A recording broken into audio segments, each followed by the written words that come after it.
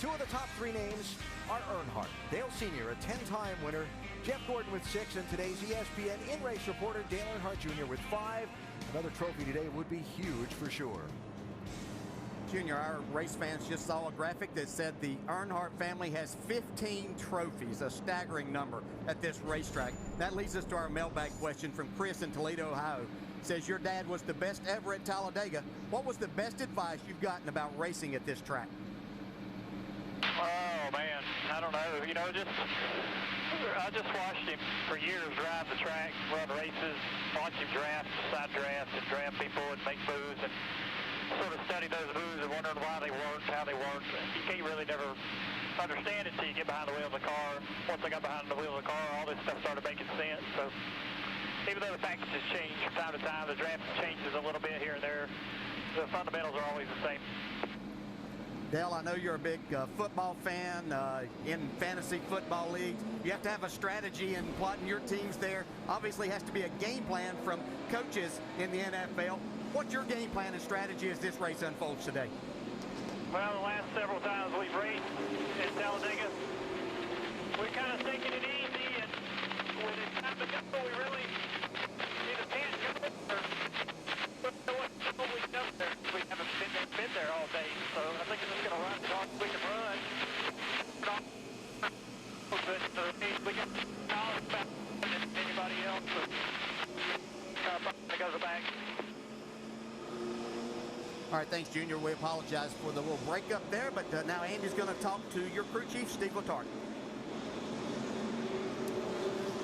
Hey, Steve, it's Andy in the booth. This race here at Talladega is not typical by any measure. How is your job going to be different calling the race on top of the box today? Well, you know, Andy, that's the big difference between Talladega and the other tracks we go to. Is really my job when the race starts is almost complete, 90% complete. You know, it's our job on the team to build this fast race car, which everyone at Hendrick has done. We've had a great car. We got one of our cars on the front row. So there's just not a lot we can do. There's not a lot of speed you can find during pit stops. You really just have to call a good strategy, try to keep track position if that is your strategy, and get your fuel right. You know, with Talladega and the green-white checkers at the end, it can be a little hairy at the finish as far as your fuel window goes. So you need to make sure you pay attention to that. I know there's a ton of fans out there that hope you pull it off good today, Steve. Thanks for talking to us, and good luck. All right, thanks. Yeah, we hope we do. We hope we do. New strategy today, so hopefully it'll work out in our benefit.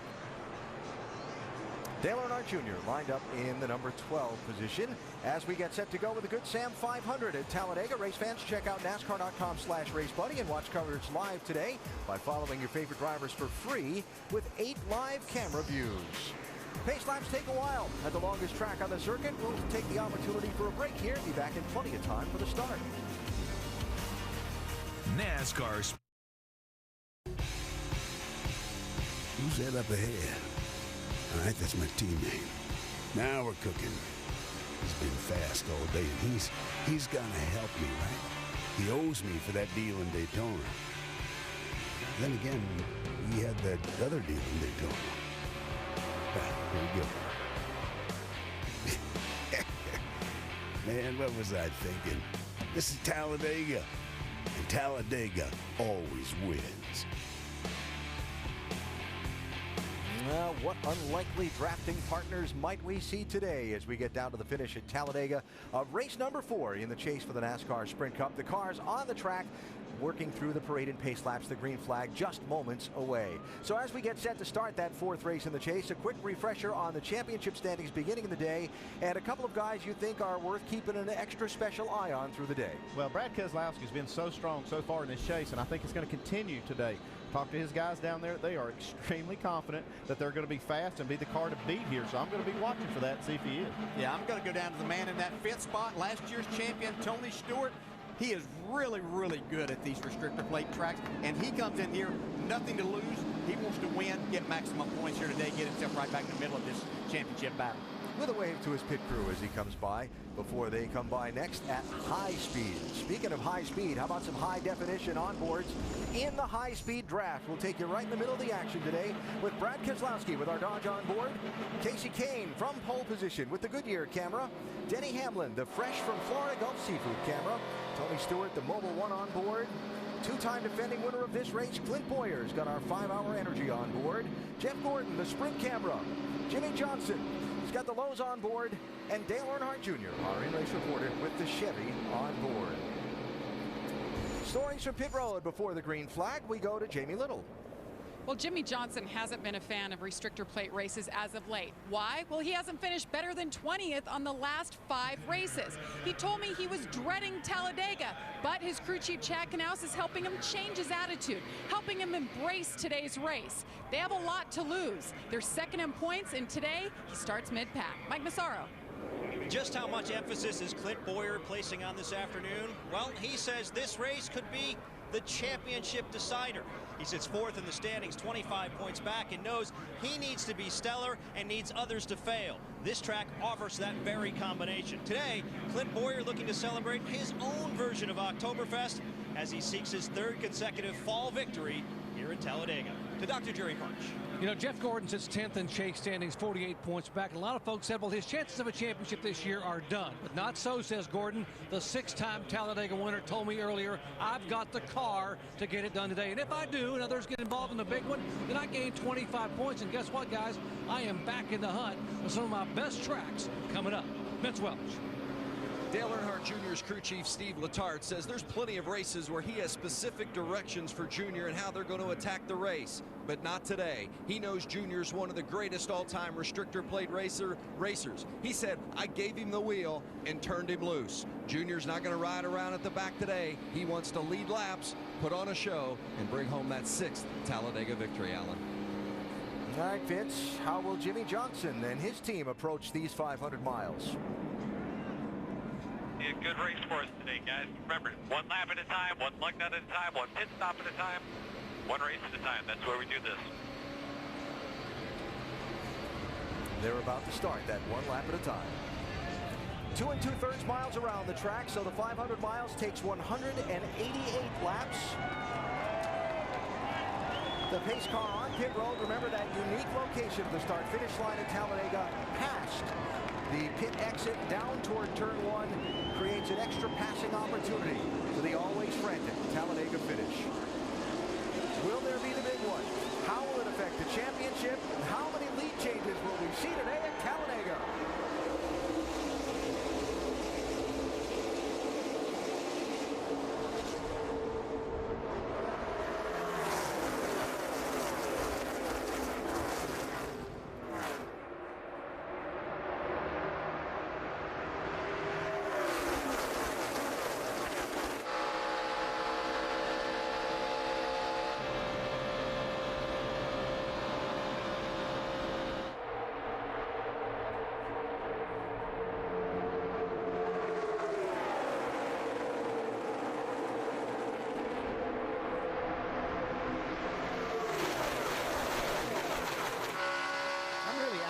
See if this outside lane is going to work good to make passes for the lead. It seems like with this new package, that bottom lane's kind of been the preferred line. See right there, Casey Kane gets the advantage.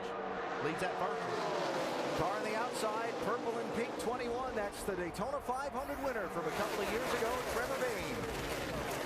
They got a big push there from Sam Hornish, but you can see if you get that big push out there and don't have somebody still attached to your bumper, it doesn't do you much good. It's thick already, 3, some places 4 wide.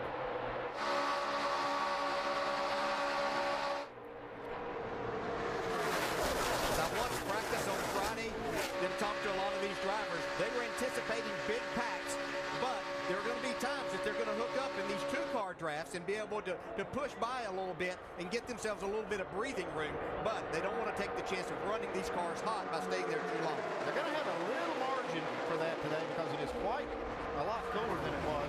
They may be able to do this tandem grafting for more laps than they were, say, in practice.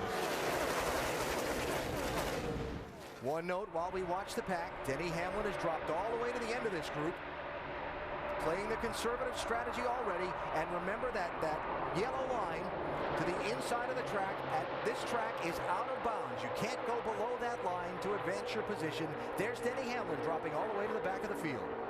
Jimmy Johnson also way back in 36th spot. He's dropping to the back of the field.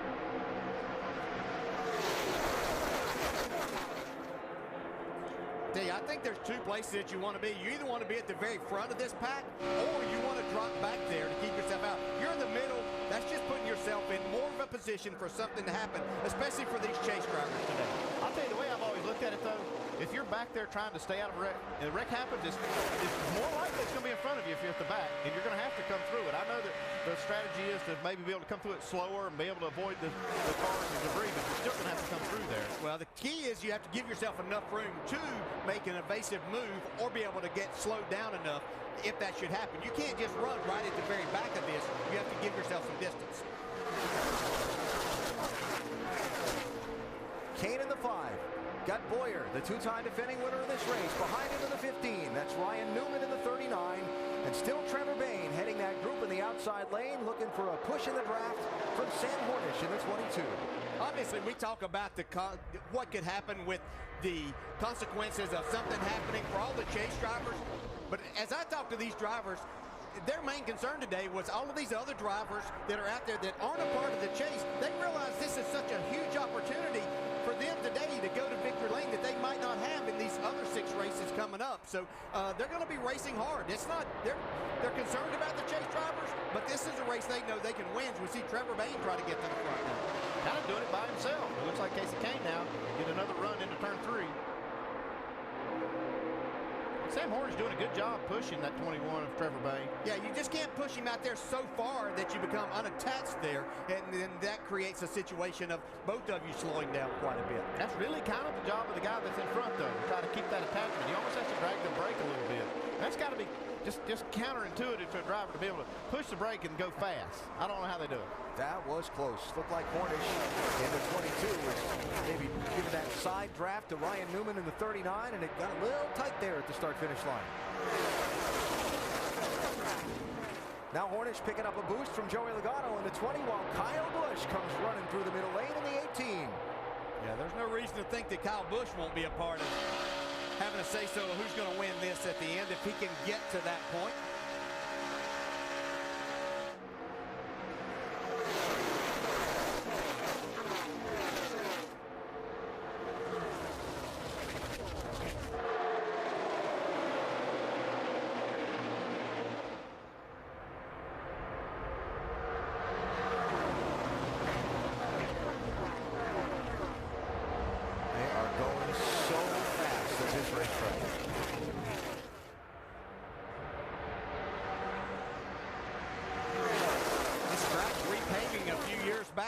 Made it so smooth that there's really not a bad place on this racetrack anymore, so you can just go wherever you want to. It was 2006 that this racetrack was repaved. Some of the drivers talking about it giving up a little bit of the grip that it had.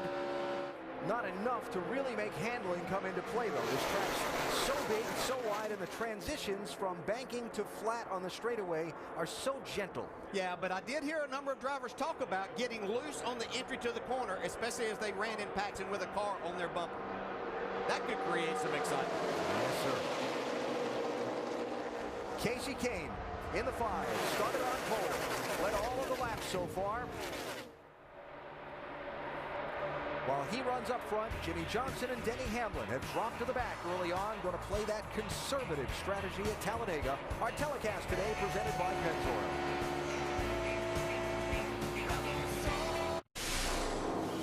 NASCAR Racing is brought to you by Pinty's. It's not a pub, it's Pinty's, official wingman of NASCAR in Canada. The ultimate wingman is here. Pinty's. Authentic restaurant quality, premium, fully cooked jumbo chicken wings when you want them, wherever you want them, however you want them. Seriously, you get to enjoy that authentic Pinty's pub and grill taste in the comfort of your own home. Pinty's. They're not just reshaping the menu, they're changing the way we all enjoy it. NASCAR and Pinty's. Ultimate wingmen. What could be better? That leaky roof will cost you thousands in repairs. And gushing gutters can destroy your home's foundation.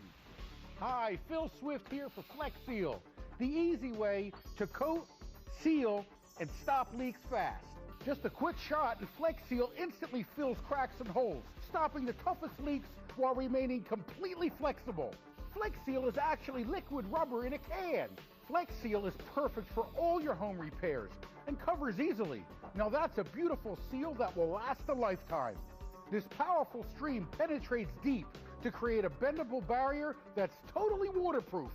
Flex Seal is perfect for roof repair and basement leaks. It's like a handyman in a can. This super strong rubberized coating is unaffected by weather. In extreme heat or cold, Flex Seal keeps its hold. Finally, it's easy to seal AC drip heads and stop leaks or drafts around windows. To show you the amazing sealing power of Flex Seal, we replaced the bottom of this boat with a screen door and covered it in Flex Seal. After a day on the water, not only does it stay afloat, but the inside is completely dry. Flex Seal is perfect for skylights, appliances, RVs, and so much more. Don't call a repairman to fix leaks and water damage. That'll cost you thousands of dollars. You can get Flex Seal right now for just $19.99. Flex Seal's new advanced formula is guaranteed to coat, seal, protect, and stop leaks fast. But wait, to make this the most amazing offer on television, we're going to double your order and send you 2 large cans of Flex Seal. Just pay additional processing. That's twice the sealing power for only $19.99. Here's how to order. To order Flex Seal, please call the number on your screen or order online at flexseal.ca.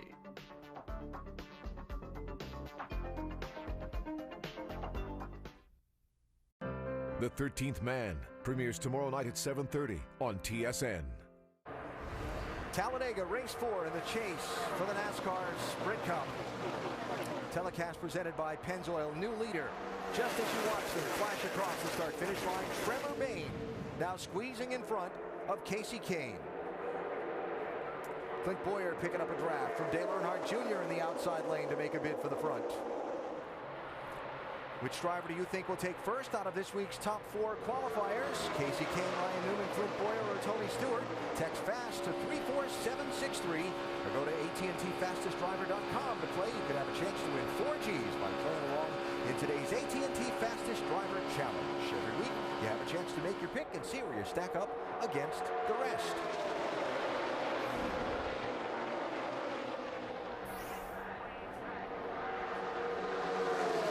If that were the last lap, that would have been Boyer by a few inches. We've seen that be the last lap like that before, and Clint Boyer has been the one getting to the finish line first here the last 2 times that we've raced here this time of year. Last year, he and Jeff Burton drafted away from the pack with Burton leading, and Boyer passed him coming through the trioval to get to the checkered flag by just a touch. Now, also in this race a year ago, Denny Hamlin fell back off of the pack so far that he completely lost the draft and ended up getting lapped. Well, he's fallen way back off the pack again. Yeah, when we talk about hanging out at the back, this is a little further back than what I think you should do. Now, Denny Hamlin can run his own race, but he's kind of lost touch as we see Junior go to the lead now with the help of Kyle Busch. Yeah, I said I was watching that outside lane to see if they could make passes. That's the passes that we've been seeing here from the outside. Go Junior to the lead. Yeah, that's been something that's been missing the last couple of races here. I talked to some drivers about that. They couldn't really help me understand why that was happening, but they felt like in practice that it may open up here in the race. So while Dale Jr. goes to the point, we again look back and see how far behind Denny Hamlin has fallen, Jamie. He really has, and I spoke to Darian Grubb, his crew chief, this morning, and he told me their plan was to push forward early since they started 23rd. Obviously, Denny Hamlin is on his own agenda, trying to avoid everything up ahead of him. He doesn't want to take any risks, but this wasn't exactly the plan going in. It looks like he started out easy and slacked up where he is now.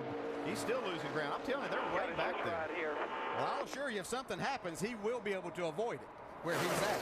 But, I think they're in a dangerous situation. We have seen a lot of these races recently go caution-free for quite a while, and he's losing pace at a second to 2 seconds a lap. It was just lap 20 last year in this race when Denny Hamlin got overtaken by the race leader. But as the day went on, circumstances allowed him to get back into a chance to have a decent finish. He got a free pass with a caution flag, got back on the lead lap, and then other circumstances unfolded later in the race. Well, we see a lot of cars up front. We see Dave Blaney in 36. He's in the top 10. He's running 9th. Cole Whitt in 33. He's up to 12.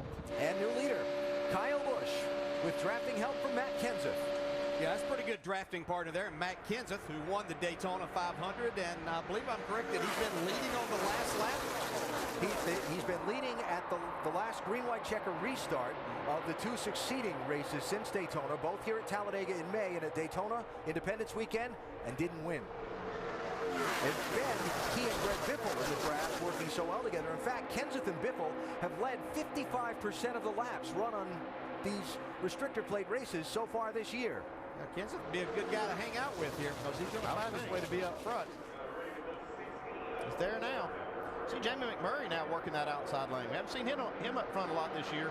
He's an extremely good drafter at these tracks.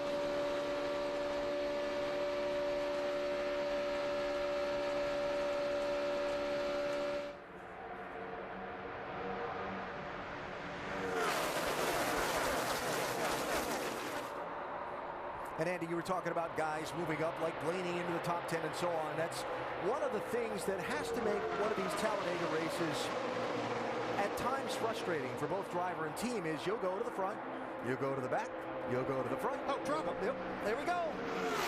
Carl Edwards. Cole Witt. Yeah, he got hit, I believe, by Casey Mears right there. There was contact between the two. He had been running 10th right before that happened. Just make sure you got brakes. Got brakes. It knocks the toe. The toe's knocked a little bit. Chains are... He's got a lot of damage to that right rear quarter panel, too. I mean, basically gone. Here first. Get the fenders clear of the tires. He had some work to do on that car. But I tell you, that 33 car hit hard. Window net down for Cole Witt. That's his signal to the safety officials that he's okay. Yeah, I've been watching Cole Witt doing a nice job moving his way forward, and just at glance and saw that he was in 10th as they completed that last lap. See, Logano got a part of this also. I guess Denny Hamlin knew what he was doing after all. He stayed back far enough to miss all of it. Well, I don't know if he planned on getting back that far, but this was certainly a break to get him caught back up to the field, and we'll see how he plays it from this point forward. You know, well, at first, let's look at how this happened. Yeah, there was a little contact on the entrance to the corner. They got the 33 loose, but then as he tried to get back in line, the 13, it kind of filled that spot, and then that's when things started happening. Now look at Sam Horner, just barely getting by. There's where you see Logano get in it. You can see a little contact between the 13 of Mears and the 33, which moves him up. That's really a place and time at this point in time of the race that you could have given somebody a little bit of a break by just letting them back in line right there. And you see Brad Keselowski coming through there. Wow, that was close.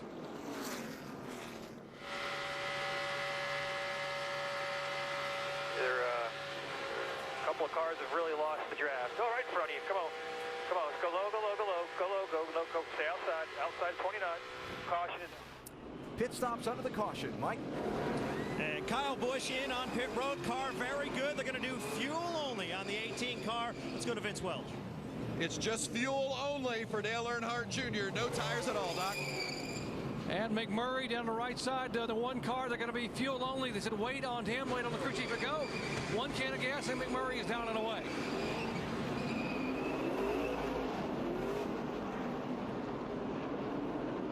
Not everyone pitted under the yellow flag. Kevin Harvick stayed out, and he is going to gain a bonus point for leading a lap.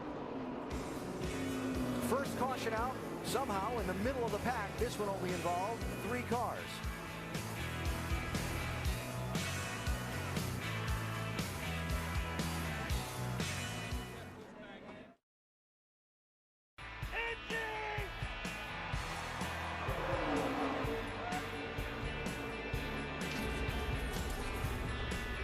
The early action at Talladega Superspeedway with the enthusiastic command to start engines, and now the first caution flag in race number 4 in the chase for the NASCAR Sprint Cup. Our telecast is presented by Pennzoil.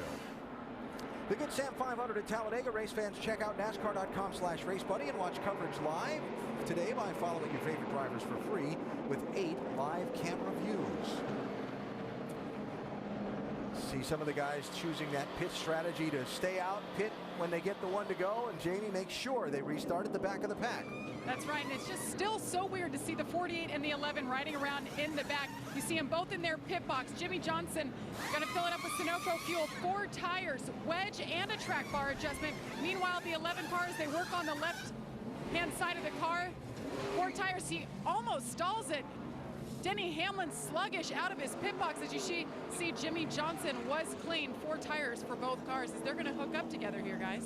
Hey, you talk about strategy, all this track position. They're going for track position here. It's just the opposite of what you think. They're trying to start this race at the back of this pack. They went in and just changed 4 tires, take their time, wait till the last minute to pit. Yeah, they were also trying to hopefully stay out long enough to lead a lap, get that bonus point that they could do that, but a few other cars stayed out there, and that didn't happen for either Jimmy Johnson or Denny Hamlin this particular time. Yep, Kevin Harvick and Travis Kvapil led the laps under the caution flag, and now Kyle Busch has gone back to the point as we get set for the restart. Coverage of Monday Night Football tomorrow at 6:30. It's Monday Night Countdown, served by Applebee's. Then at 8:30, the undefeated Texans, led by Arian Foster, take on Mark Sanchez and the New York Jets, looking to get back on track after their disappointing Week 4 loss. Monday Night Football, Texans-Jets, tomorrow at 8:30 on ESPN. So first caution flag came out with contact impact that turned Cole Witt into the outside wall, collecting Carl Edwards and Joey Logano. Witt checked and released from the infield medical center, and you see Edwards and Logano still getting repairs made to their car as we come to the restart. And you see them staying below that yellow line as they leave pit road today. They have to do that until they exit turn 2 onto the back straightaway. Amazing that accident only caught 3 cars, but in this race a year ago, we had a series of incidents that had 2 and 3 cars involved and never had the big one. In the May race this year, we had 2 big wrecks that claimed a number of cars, so we'll see if we're going to be on the small and scattered program or the large damage totals all at once. Yeah, I don't know how that first one just involved 3 right there. Some drivers did great jobs of avoiding all of that. Kyle Busch saying to Casey Kane, come on, time to go.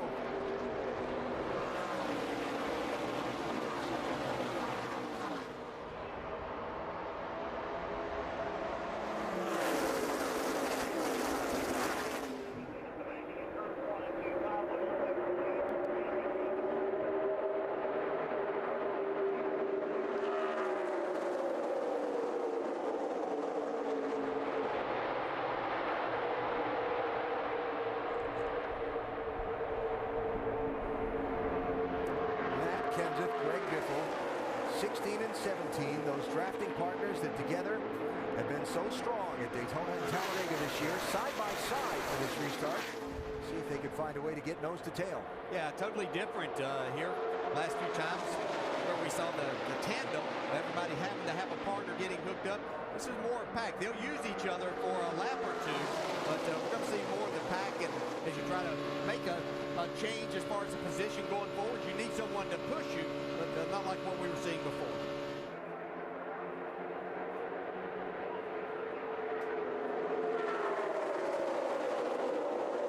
A lot of different stories throughout this field. You caught a glimpse of Kurt Busch in the 51.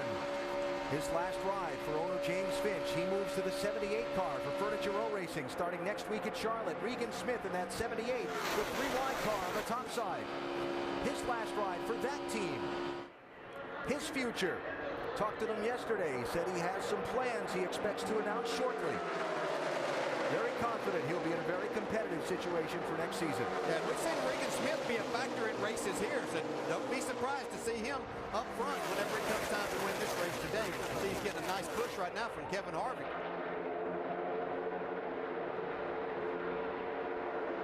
There are both Kurt, 51, and Smith, 78. Nice enough to get in the same frame as we talked about, right? I appreciate that. I wouldn't be surprised if you see those 2 drivers swap rides next week. You know where Kurt Busch is going.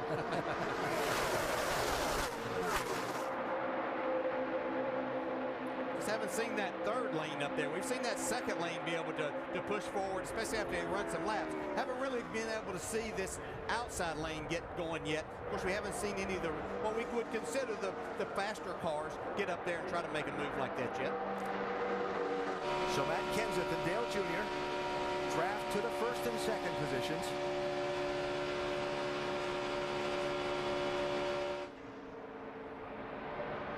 Jamie McMurray in the one, heading that outside lane now.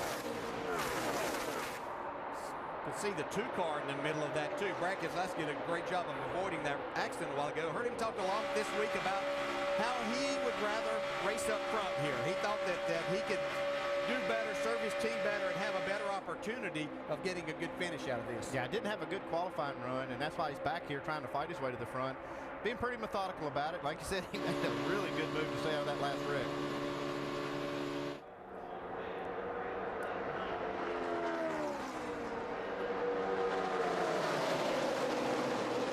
Casey Mears, 13. And Brad Keselowski in the 2. Championship leader who saw that wreck happen right in front of him.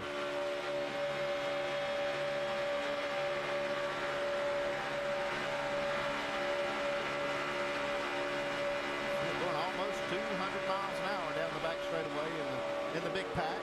C-Speed's just a little quicker than that if they can really get hooked up in a tandem, catching another group. Now the lead pack coming up on Carl Edwards' spot. Carl went to pit road just as the field took the green for the restart. Let's see how Keselowski is working the throttle a little bit. In that traffic, you have to do that. But he's having a pretty strong run so far, Vince.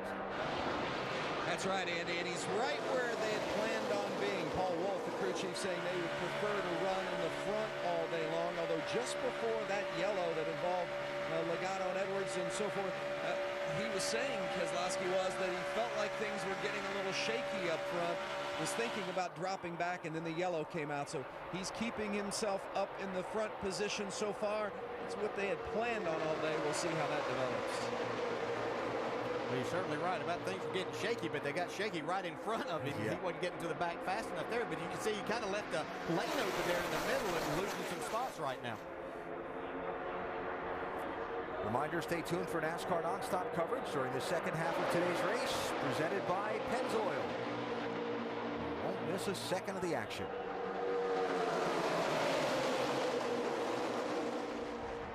David Ruderman in the 10, Dave Blaney in the 36, getting their chance to run up through the pack toward the front.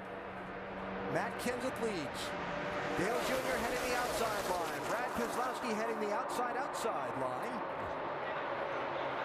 One caution so far. And we're about 75 miles in here at Talladega.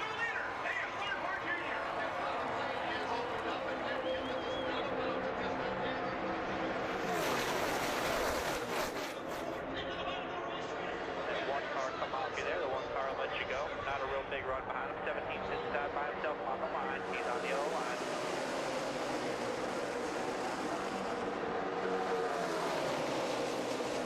No, that was Kenseth on that one. Brandon McMurray just couldn't stay with Dale Jr. long enough to push him to the lead.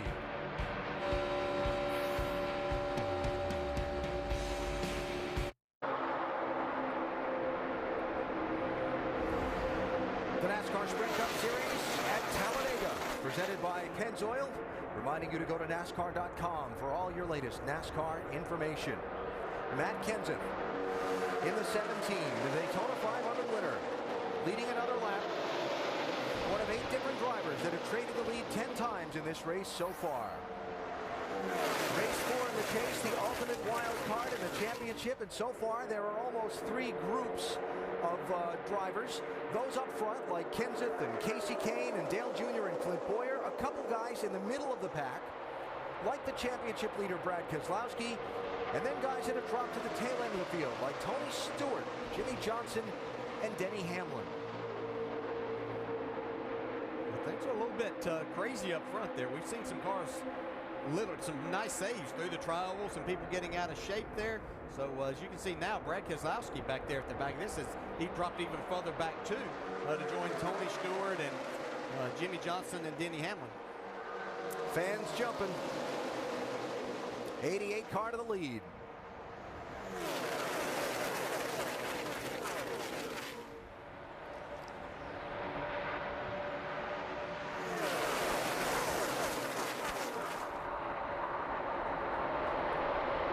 At the very tail end of this lead draft, Brad Keselowski left of the screen, and there in the center of the picture, Tony Stewart in the Mobil 1 car, and Jimmy Johnson and Denny Hamlin bringing up the tail end of this lead draft. Jamie, they're in 36th and 37th. Unbelievable right now. And Denny Hamlin telling his team he has a vibration on his mirror. It's not on there solid enough. He can't see anything out of it. Good for him. Nobody's behind him yet, but he's thinking later on in the race he's going to need that mirror a lot. So he's asked his team to come up with something to help secure it so he can see out of it clearly. Right now they're all talking and discussing what they can do. They're going to clamp something to the roll bar to try to steady it. That's going to be interesting to watch on the pit stop, Alan. I guess. Yeah, that's a bad feeling as a driver because you depend on that. That's the one thing that can help you as you work your way forward and get towards the latter stage of this race is trying to know where everybody's at as much as you possibly can. So that thing vibrating a little bit can be very aggravating to the driver. Of course, the other tool helping the driver figure out what is around him on the racetrack, especially with all the safety equipment making it difficult to see, is the spotter. Each car mandated by NASCAR to have a spotter, at least one. Here at Talladega, they usually use two, but one that's stationed up on top of the control tower. And the spotter's platform in the center of the racetrack, it's toward pit exit, and they're in constant radio communication with their driver to let him know what's going on around him. Here's Dale Earnhardt Jr.'s team. And the 1, 17, 18, and 5, all with you on the bottom. The 1, 17, 18 are both, all three clear, or all three clear with you. See how they have to use those binoculars because it's so far away over to the back straightaway. See, now he's probably going over here to talk to maybe one of the other spotters. Try to get together, make a deal. Jamie McMurray's spotter there.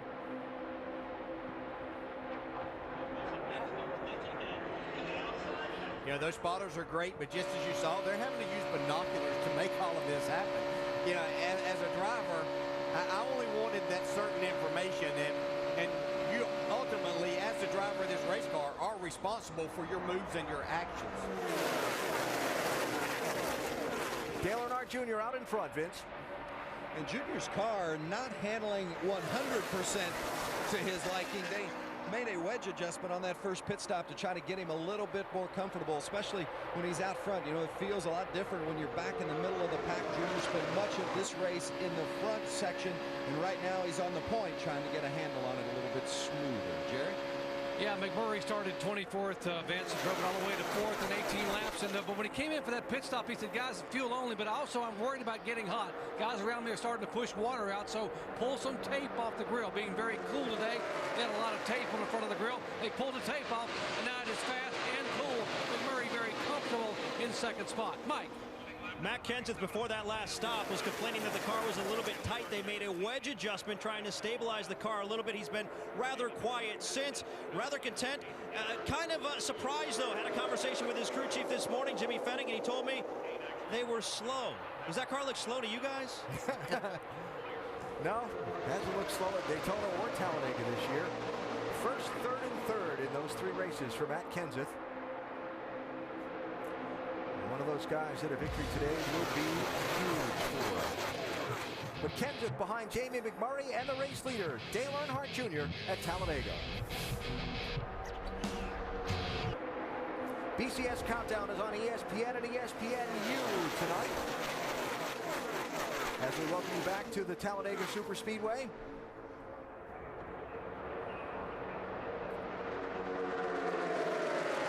Dale Earnhardt Jr. out in front, retaking the lead. A lap after Matt Kenseth, drafted by him with the help of Greg Bifflin, took the lead. But you won't see Matt Kenseth at the front of this pack now, because shortly after taking the lead, disaster nearly happened.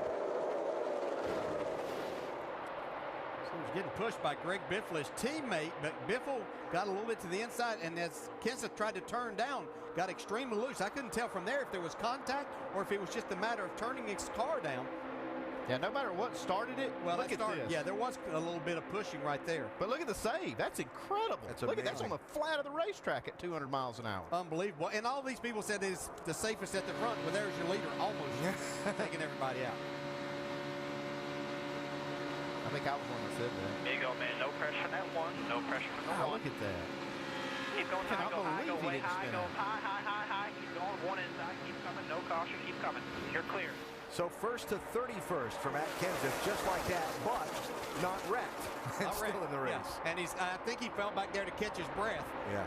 And start making his way forward. We'll see, what strategy does he employ now that he lost all of that track position? Is he going to try to drive his way back up through there? And I think that's what Matt Kenseth will do. He'll try to find another good drafting partner and make his way back to the front. Should I try this again? BCS Countdown on ESPN and ESPNU tonight. The day after the dust has settled, and there was a lot of dust on Saturday. Our analysts break down the key victories and defeats that took place on the college football gridiron and their impact on the standings. And a look at the key matchups for next week. BCS Countdown at 8:30, then at 9, presented by Discover Card, tonight on ESPN and ESPNU. Kind of like this race today, there were some incredible college football games yesterday.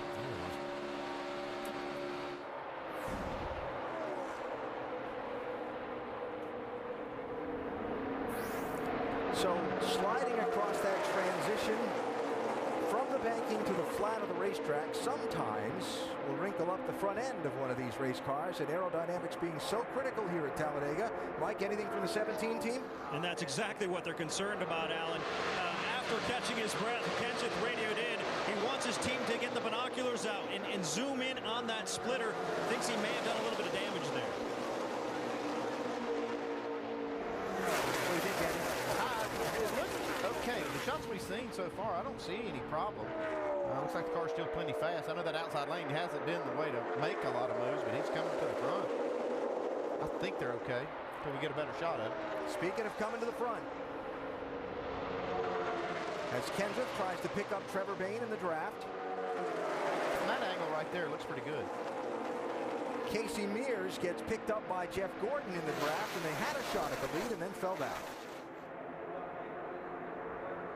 Mears in that 13, the blue and white car. Yeah, to make this outside lane work, or the middle, and then certainly on the very outside lane, you really have to stay attached to the car to really make some ground. And I know a lot of these drivers aren't willing right now to take that gamble of staying there for the 2 or 3 laps that it would really take to get you to the front, taking a chance of running the engine hot and creating a problem. Seeing that shot, David Ruderman in that 10 car up in 6th. One of the great things about the drafting and the restricted engine package at Talladega, it's the great equalizer.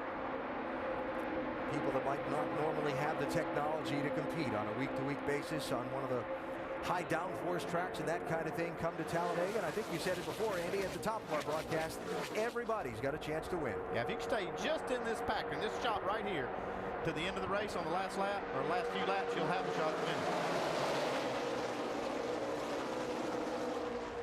Seen a lot of unlikely winners come here. Many, many.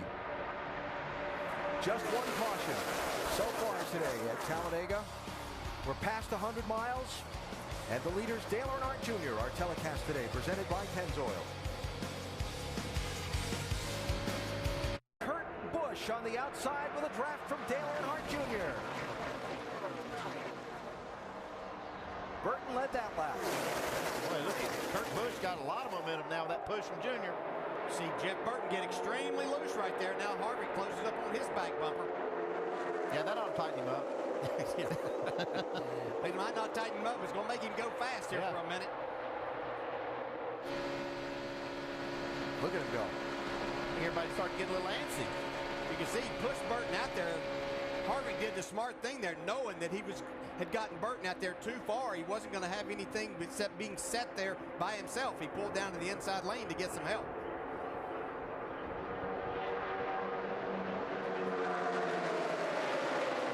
Just going to open the door for Trevor Bayne. He's got a strong car today. Yeah, he's got a strong car, but nobody on his bumper right now. He's going to have to do a little better job of keeping somebody attached to that bumper. Try to get him pushed to the front. There he's got some help. Eric Almirola in the 43. David Stremme in the 30.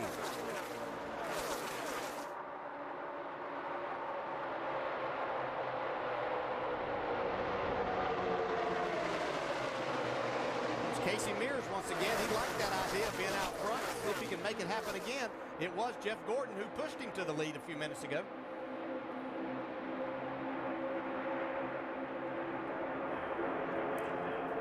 We are just past a quarter distance in this race.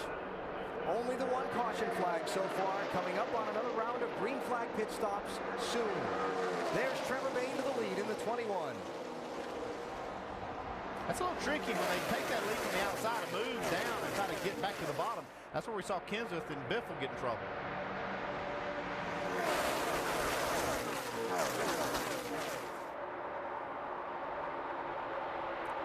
Thumbs up from Trevor.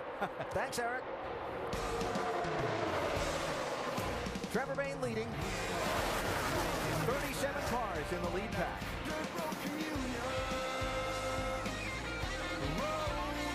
At Talladega from our aerial coverage provided by Goodyear. From pit lane to victory lane, every NASCAR driver counts on Goodyear tires. Goodyear, the official tire of NASCAR. The Goodyear's under Casey Mears' machine, carrying him back to the lead as he gets pushed again by Jeff Gordon up to the front of the pack. Casey Mears got him a good drafting partner there. I don't know if he'll look at returning the favor later on in the day. I know Jeff's hoping he will. As Doc called them earlier, hidden helpers. Casey Mears doing a nice job here today, and that guy going forward though. He's really enjoys this type of racing, and I think that shows here as he's been very aggressive moving his way to the front. Now, something else to watch for here as we close in on green flag pit stops. Drivers trying to work their way in the traffic to find a spot in that bottom lane. Because if you have to go to the pit lane and there's somebody to the inside of you, that's not going to work out very well. Yeah, look how tight this inside lane is. If you had a pit, I don't know how you do it. I guess, pardon me, I've got to get down here. I've got to go to the pit road. I don't think they're going to let him. Yeah, and that really is why we see some accidents happen as they start on pit road, because drivers not giving good signals and other ones knowing and being told they have to come at that moment. Here we go. The first moves to the pit lane from out of the pack. Sam Hornish, Brad Keselowski, the Penske posse pitting together. Montoya, McMurray. Should I say the Ganassi guys? Want me to keep this going? And Brad's bunch with Bobby Labonte. All right, Vince. There's the two of Brad Keselowski. They took right sides only the first stop. They're going to take all four tires this time. Let's go to Jerry Punch. Doc? Jamie McMurray from 24th position all the way to the lead, and right side tires going on. They will go ahead and make a chassis adjustment. Right rear, Sunoco fuel going in. Got to get it full of fuel. Want to be able to go 43 to 45 laps. Here comes a 2-car by, the 22 by, and McMurray now off to Jackson away.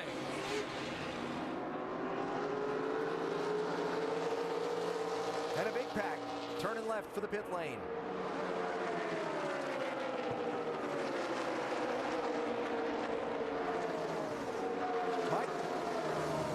Kenseth, they're going to try to fix that car up. It hasn't been handling the same since the incident where he hit the apron. They're going to make a chassis adjustment. Also on the first stop, he took no tires. This time around, he'll take 4. Meanwhile, down pit road, Kyle Busch also making his pit stop. He's been pretty happy with the car. He took 4 tires. He's away. Well, the 21 of Trevor Bayne has a right front flat. Bayne's been strong throughout much of the day. The right front flat came in, put on 4 tires for Trevor Bayne, pulling out, having a little bit of trouble there with the jack. Doc? Casey Kane, right side tires only. He is now down and away, so a right side tire call. No one else doing 4, but strategy early on for the 5 car.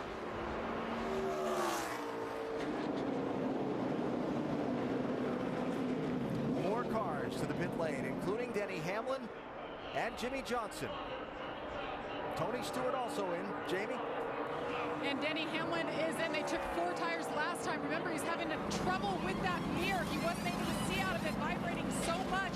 They're not going to try to fix it this time. Not enough time under green flag conditions. They go around 4 tires it is, Vince. Well, you see the 88 just pulling out. They made a chassis adjustment, took right side tires only. Doc? Right side tires only for Gordon. He tries to go out, and here comes the 88 by on the outside. Gordon pitting with Mears. Both deciding to take right side tires. And now Gordon trying to stay with Casey Mears, his drafting partner. Kyle Busch, Trevor Bayne, too fast entering pit road.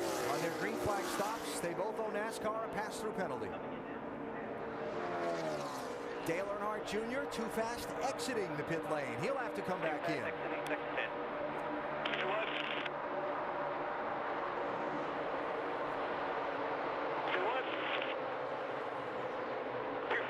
too fast. You have to roll through. You have to roll through. You have to roll through next time. Time whenever works, but you need to roll through at pit road speed.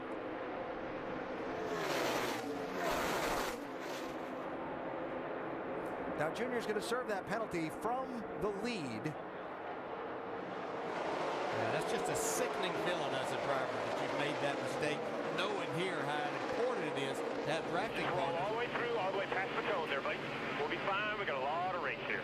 The only good thing he might have is some company with Trevor Bayne and Kyle Busch having to do kind of the same thing. The three of those cars make it hook up and stay on the lead lap. Yeah, he may have to wait on them, though, because they're quite a bit farther back than he is coming off pit road. He's got a lot of momentum. Maybe they'll come together here as he gets up to speed.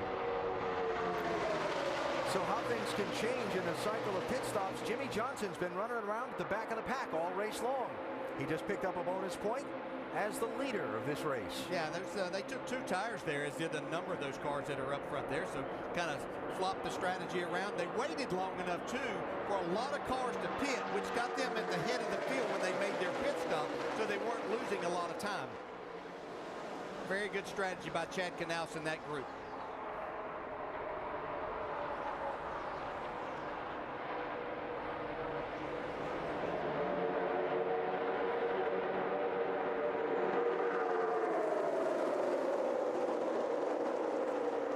Marcos Ambrose in the 9, heading up that outside line of cars.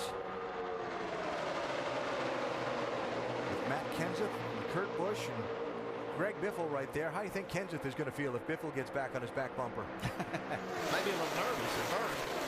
Yeah, I know that wasn't something that Greg Biffle intentionally did by any means, but it was almost a disaster for Kenseth and possibly a lot of others if he would have spun. Not with us earlier. Kenseth and Greg Biffle drafted to the lead. Then Biffle turned left to get back to the bottom lane faster than Kenseth did. Then Matt came across the nose of the 16 car, went for a wild ride down onto the apron of the turn 1 banking, but saved it and continued on. Dale Jr. 28 seconds behind the leader and right there running by himself after that speeding penalty.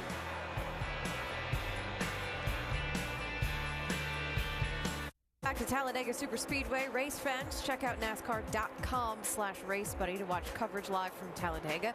Follow your favorite drivers for free with 8 live camera views. And as we're watching live now, it is Jimmie Johnson out front, followed by Casey Mears. A different strategy, though, playing out with the 5-Hour Energy Rapid Recap, getting us caught up in what's happened so far. Jimmie Johnson, early on with Denny Hamlin, went to the back. Yeah, he said, I'm going to stay out of this wreck. I'm going to get to the back. I'm going to stay in the back for a while, hang out with Denny back here, just try to avoid all the stuff that might happen early. Meanwhile, the other Hendrick teammates, Dale Earnhardt Jr., went straight to the front. Yeah, they did. They're absolutely flying, making their way towards the front. We thought those Hendrick cars would be strong as we go throughout the day, and they're starting to flex their muscle. Not always safe out there, though. No, a little miscommunication between teammates there. Touch on the bumper, and what a save by Matt Kenseth.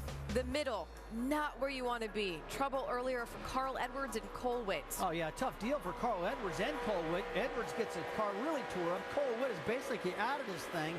Just a miscue right there and a big wreck between those two drivers. As you saw on the right side of the screen, nothing has changed. Jimmie Johnson is still out front. Why the change in strategy? I really don't know why they're doing this. Jimmie Johnson is elected to start in the back and stay in the back.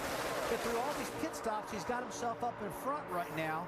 And he's got Jeff Gordon there, Casey Mears, Casey Kane. Ray, it looks like some of the Gordon teammates are trying to hook up right now. Yeah, it looked like in the beginning that the 48 and 11 car of Denny Hamlin, along with the 2 car of Brad Keselowski, decided to go in the back and kind of race together. And then Jimmy got an opportunity to get with his teammates out front. The thing I'm impressed with most is how he did this on a green flag stop. Get in the back, he's up there leading the race, and he's got his teammates around him. The 11, Denny Hamlin, still choosing to stay in the back, though.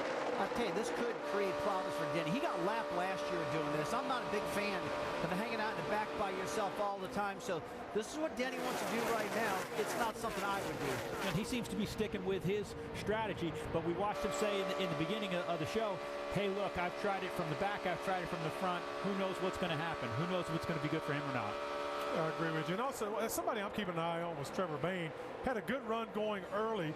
Came down to serve a little bit of a pit road speeding violation. But when he was getting on the pit road, he locked up his tires. It looks like he may have flat spotted his right front tire. So it's somebody to keep an eye on as he kind of tries to make his way back up through the field. What's the one thing that, Ray, you keep saying? Get out of the middle.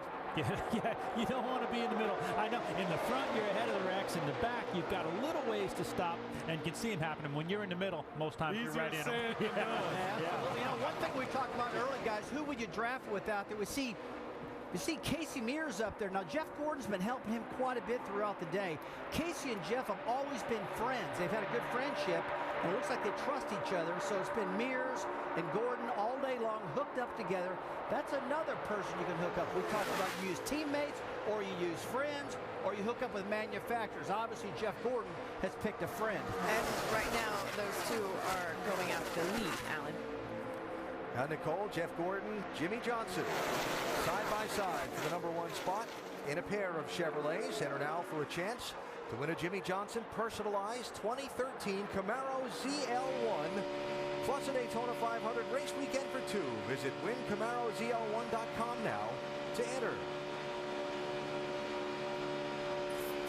Matt Kenseth pushing Jeff Gordon. Yeah, trying to get to the lead. Jimmy Johnson. They were discussing Jimmy Johnson, his strategies. I think Chad Canals had this in his mind. To take those 2 tires, they waited till everybody had pitted, got themselves up there near the top 5. That allowed them to get out front. I think we will see him go to the back, though, once he starts getting past him. Well, one thing he had the advantage of, he was one of the last cars to pit through the cycle, and Chad was able to watch what other cars did and probably saw an opportunity to take this. And it's a great strategy, like you said. And if he could stay up front, he'd probably do that. But we'll see what he does now that he's lost the lead. The lead has been lost by Jimmy Johnson to Jeff Gordon, Doc. Exactly. Jeff has a good race car, wanted to stay up front but not necessarily show his hand, but also knows, Alan, he needed to get up there when he had a shot and lead that valuable lap to get the bonus point. That was the first lap he had led today. He needed to be up there. Now he can stay up front and not have to push his luck here at Talladega. 300 Motorsports cars in the top 5 positions. Casey Kane there in the black and white 5, running on Jeff Gordon's back bumper. Jimmy Johnson there in that inside lane in the Lowe's 48. And you know, Brad already stuck a fork in Jeff Gordon. Look at him there, 5th as they run in points. Only 35 back. And this is the kind of race that can turn it around for Jeff Gordon if some of these guys happen to have some trouble. And of course the big question is, if we have the big one, who's in it? Who gets through it? Jeff Gordon knows if he makes it through the big one and has a good finish today, and some of those other guys at the front of the championship standings don't finish well, he could be back in it. Chase race number 4 at Talladega for the NASCAR Sprint Cup Series. Looking live at the race for the lead. Our telecast today presented by Pennzoil. We are just past the 200-mile mark of this race, and Jeff Gordon is out in front. Reminder that later on tonight, the final eliminations of the Auto Plus NHRA Nationals from Reading, Pennsylvania, 7 o'clock Eastern Time on ESPN2. And then next weekend, a prime time doubleheader. The Nationwide Series presented by GoDaddy.com from Charlotte on Friday night at 7 Eastern on ESPN, and the Bank of America 500 on ABC next Saturday, also at 7 Eastern Time.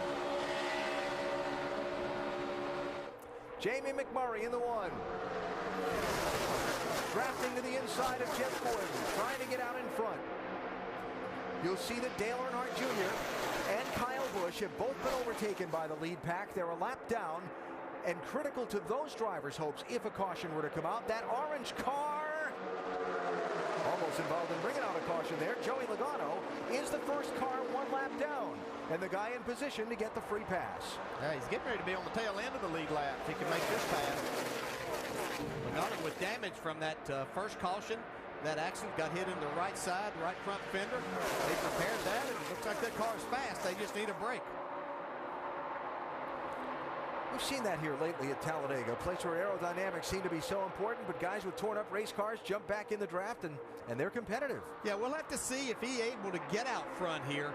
Can he stay there with that damaged race car? I always found it difficult. If you had some damage, you could make your way in the middle and get some help. But what happens when you get out front and that aero package isn't as good as what you started with? Jamie McMurray up there. And you pointed out early on what a great job he does on these restrictor plate tracks. Yeah, he is so good. He's just got a knack for it. He knows where to be and how to pick a partner. He's really good at this style of racing.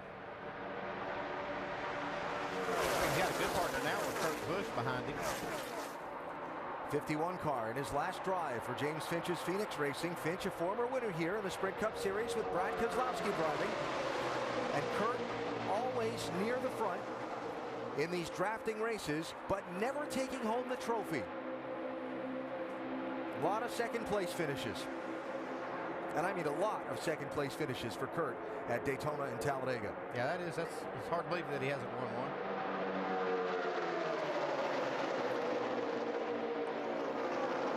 Casey Mears in that 13, been up front a lot in this last 100 miles of the race. There's your championship leader, Brad Keselowski, in the 2 in the thick of this pack. See Gordon and Casey Kane trying to make that third lane work. We haven't really seen anybody go to the front, but these two are hooked up right now. I'm not sure how long they can stay like this, but they're going to the lead. At 5, pushing some water there, starting to overheat. It's getting just about to that time. I'm not sure that the 5 is clear of the 1 so they can get down. Now he's got to get out and breathe. Well, this is going to leave Jeff Gordon hanging out, though. Yeah, you can see Casey let up just a little bit there to try to get back with Gordon, but he needed to breathe his car. McMurray leads once again. Casey had to get completely out of the throttle in that 5 car. Try to get it cooled down. We talked about, don't know how you think about points in the middle of the Talladega race, but the worst thing Casey Kane could do, you know, if you get caught up in a wreck, that's circumstances. If you just keep pushing and pushing and pushing and overheat your engine and make it fail, now you've really put yourself out of the championship or put a hurting on your title hopes. Yeah, and you know, you say, can you think about points? Well, at this point in time during the race, yeah, up to lap 150 or so, you can make decisions that will keep you involved in this race. Now, the last 20 laps of this race, if you're thinking about points, you're probably not going to be a factor in determining who's going to win this race, if that's your thoughts.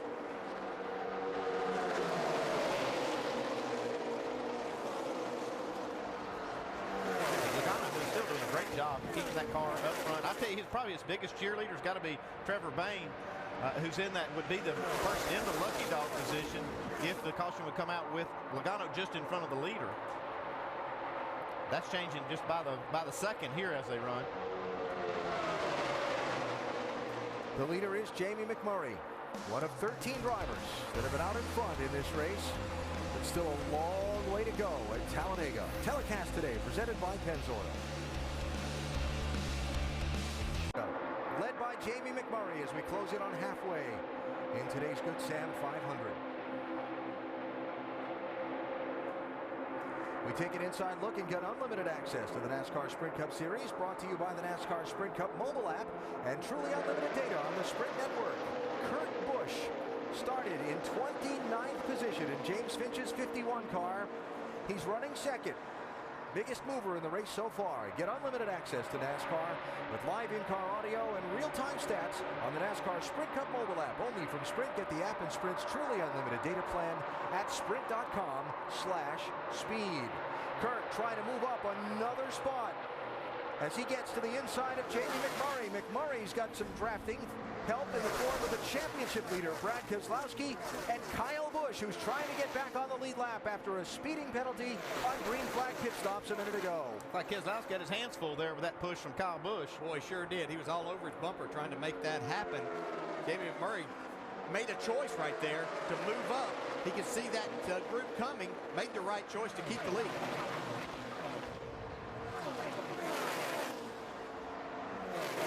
See some slower traffic ahead at the bottom of the racetrack that the leaders will have to overtake.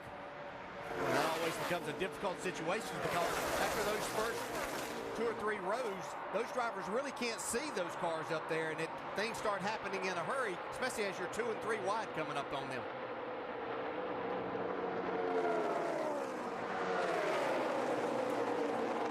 One of those cars, Carl Edwards, damaged in a crash. The only caution of the race back at lap 17.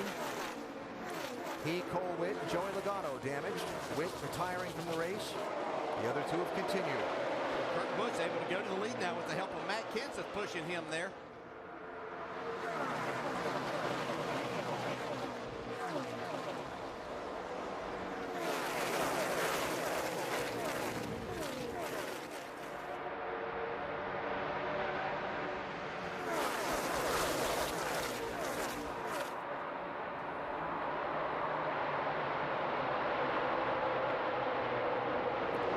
Castle, Michael McDowell, Dave Blaney, 36. He was up at the front of the pack, as high as third earlier in the race. We can see Kyle Busch get boxed in right there.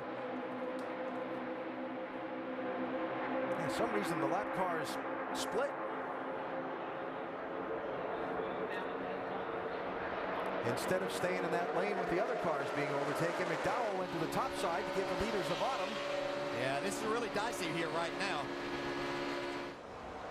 Not a situation, especially as a championship contender, you want to put yourself in. I'm not sure that was a good move by McDowell to move up in front of those cars.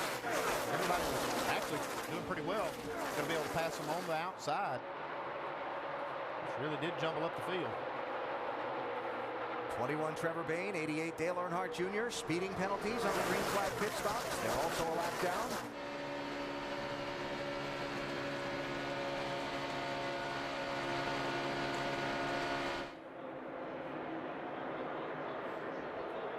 And Brad Keselowski kind of hung on a line there, losing spots in the two.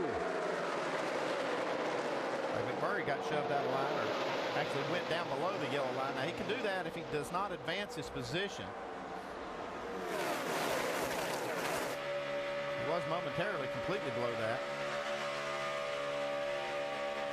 Well, I watched Kyle Busch there, and then watching him, he got boxed in, and now he's made his way back towards the front of this pack. You can see right there where McMurray got shoved down to the bottom. I think you'll see no call on that.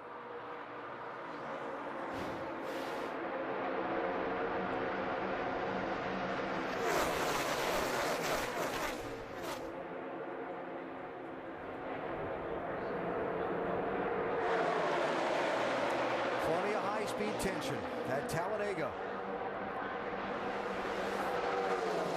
Just the one caution so far in the race. Kurt Busch is the race leader at the world's fastest speedway. We all want a piece of that genie in a bottle. That's what you need at Talladega. They are going so fast at this racetrack. Oh, trouble. Yep, there we go. Carl Edwards. Everybody wants to win, but what you really got to do is survive. Talladega. From our aerial coverage today, provided by Goodyear. From pit lane to victory lane, every NASCAR driver counts on Goodyear tires. Goodyear, the official tire of NASCAR. Kurt Busch back to the lead as we check and see how our drivers are doing in AT&T's fastest driver challenge of the top four qualifiers. Casey Kane closest to the front, running in 5th position. Remember to text FAST to 34763 to play AT&T's Fastest Driver Challenge, or visit AT&TFastestDriver.com. You could have a chance to win 4 Gs just by playing.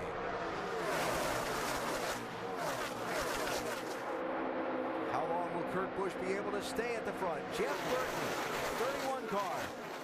Outside lane, picking up some drafting help from guys trying to get back onto the lead lap. Trevor Bayne, 21. Dale Earnhardt Jr., 88.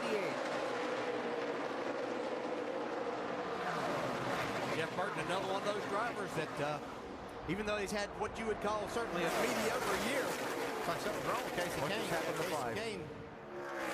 But Burton trying to take advantage of having a fast car here and really liking this. Oh, trouble. Kurt Busch. Inside wall.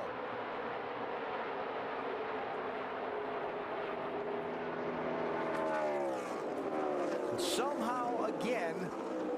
I'm out of fuel. I'm out of fuel and I got wrecked, guys. Why am I out of gas? I show 5 more laps down here. I wonder if that's what's wrong with Casey Kane. Have to wonder. Yeah. We saw him just drop straight to the bottom going into turn 1, and then this happened with Kurt Busch. Yeah, what a shame. Kurt Busch was leading, wasn't he? Great job driving this race car. But you run out of fuel in front of the pack. Yep. Now, he wasn't leading it when it happened, but... Oh, yeah. Sitting duck right there. And it looked like by that shot, unless something happened, that Trevor Bain was going to be the recipient of the free pass. He was. God, what a shame.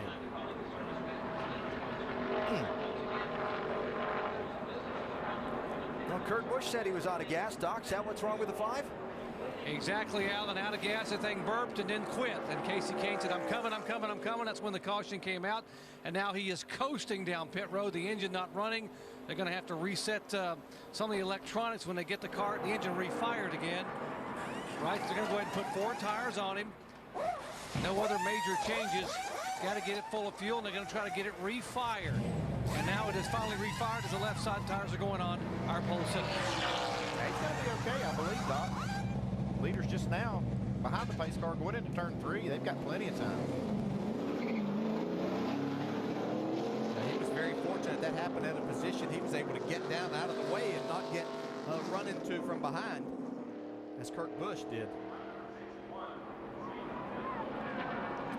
That's very interesting that they all were.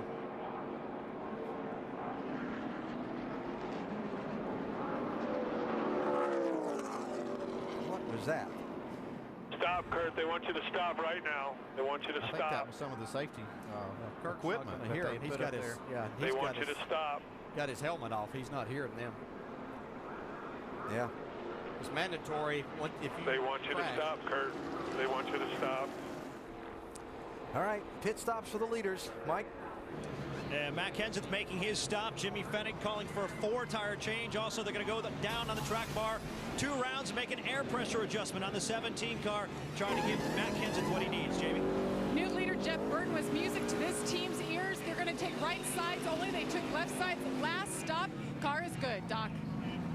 Right side of your screen, Jeff Gordon and Marcus Ambrose, both crew chiefs calling for 4 tires and no adjustment. Clean the grill, make sure the tape is there.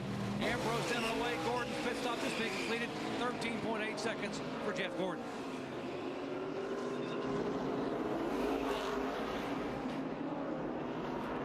So just the second caution flag of the race.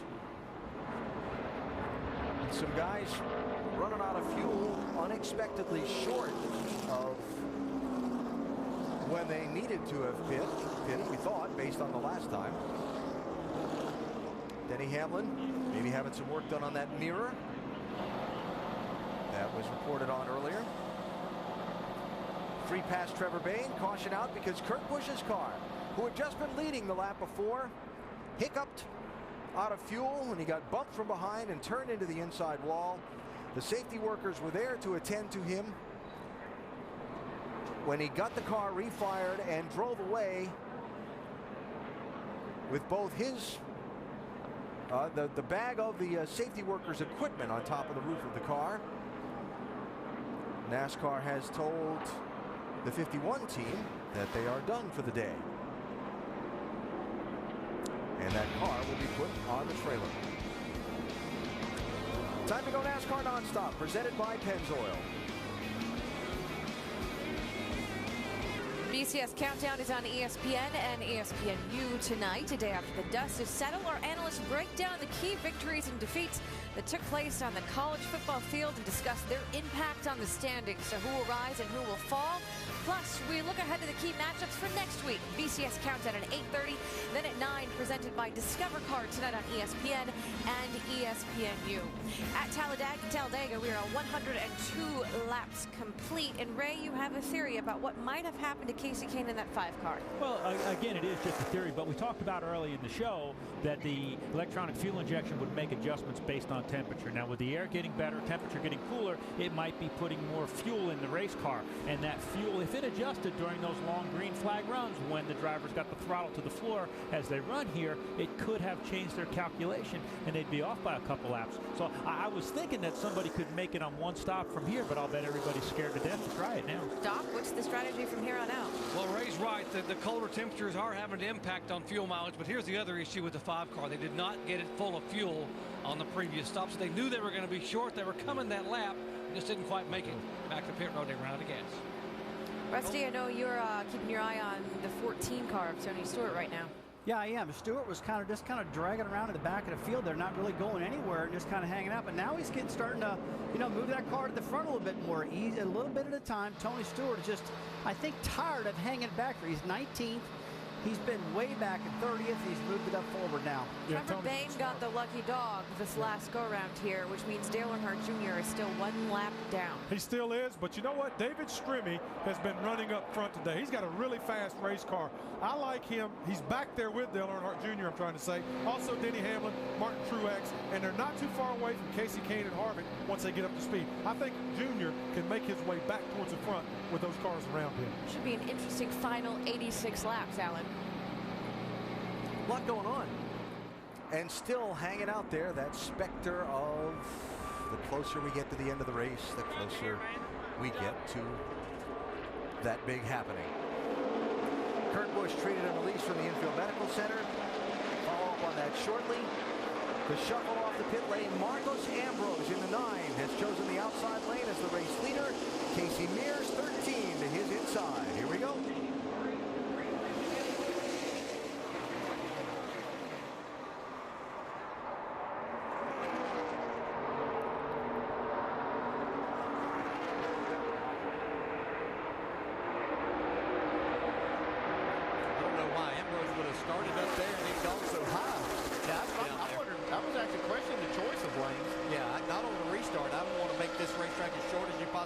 Try to get these cars up to speed. Matt Kenseth with Juan Pablo Montoya pushing him to the front.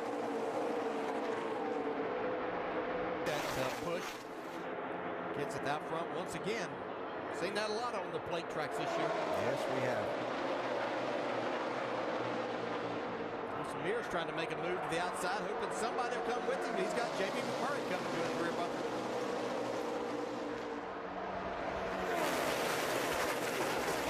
In this pack, you still have Dale Earnhardt Jr. and Kyle Busch racing for that free pass position should the caution come back out. There's the 18 on the outside lane. Earnhardt Jr. in the 88's down to the inside group. Advantage Kyle within that subset. Yeah, he's got it there right now. Of course, that could change by the time we get over here to the trial.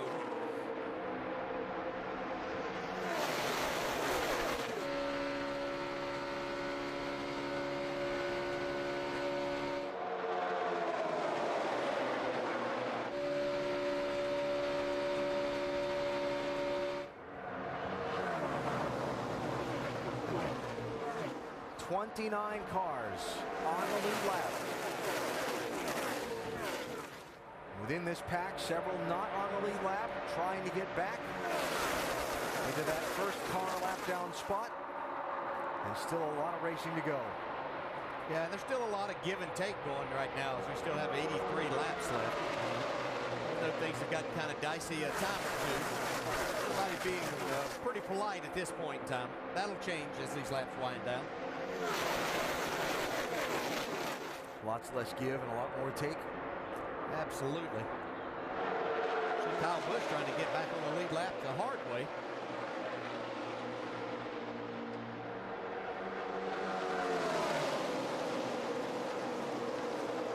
No, we've said it before, but really solid drive by Casey Mears in this 13 today.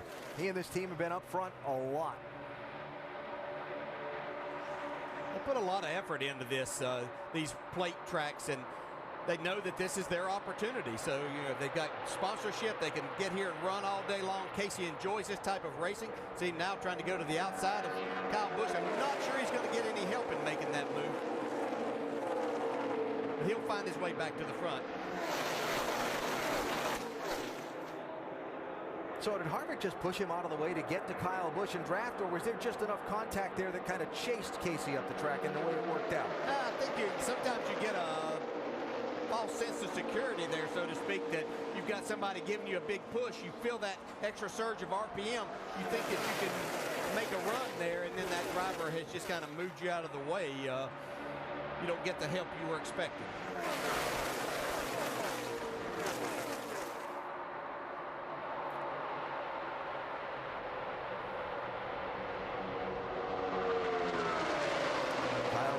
to get back onto the lead lap in that 18 car, while Matt Kenseth is out in front.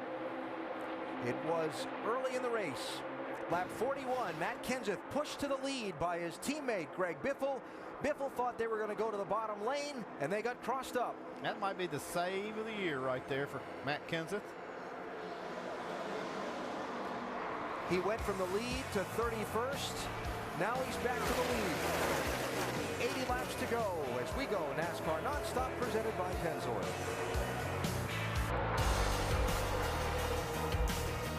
NASCAR Sprint Cup Series at Talladega is presented by Pennzoil and in part by Nationwide Insurance. Nationwide is on your side. TireRack.com. Research, buy, deliver, install. Tire Rack. Papa John's, official pizza sponsor of the NFL. And Here Comes the Boom, in theaters October 12th. Coming to the 300-mile mark at Talladega in the wild card race in the chase for the NASCAR Sprint Cup. Our telecast today presented by Pennzoil. 29 lead changes, 16 different drivers have been out in front. The caution flag is only waved twice so far. And Kevin Harvick is the man pacing this race at the moment in the Richard Childress Racing 29 car. The last victory for Richard Childress Racing was in this race 1 year ago, when Clint Boyer scored the win. Right now, 5 of the top 6 cars running are ECR engines.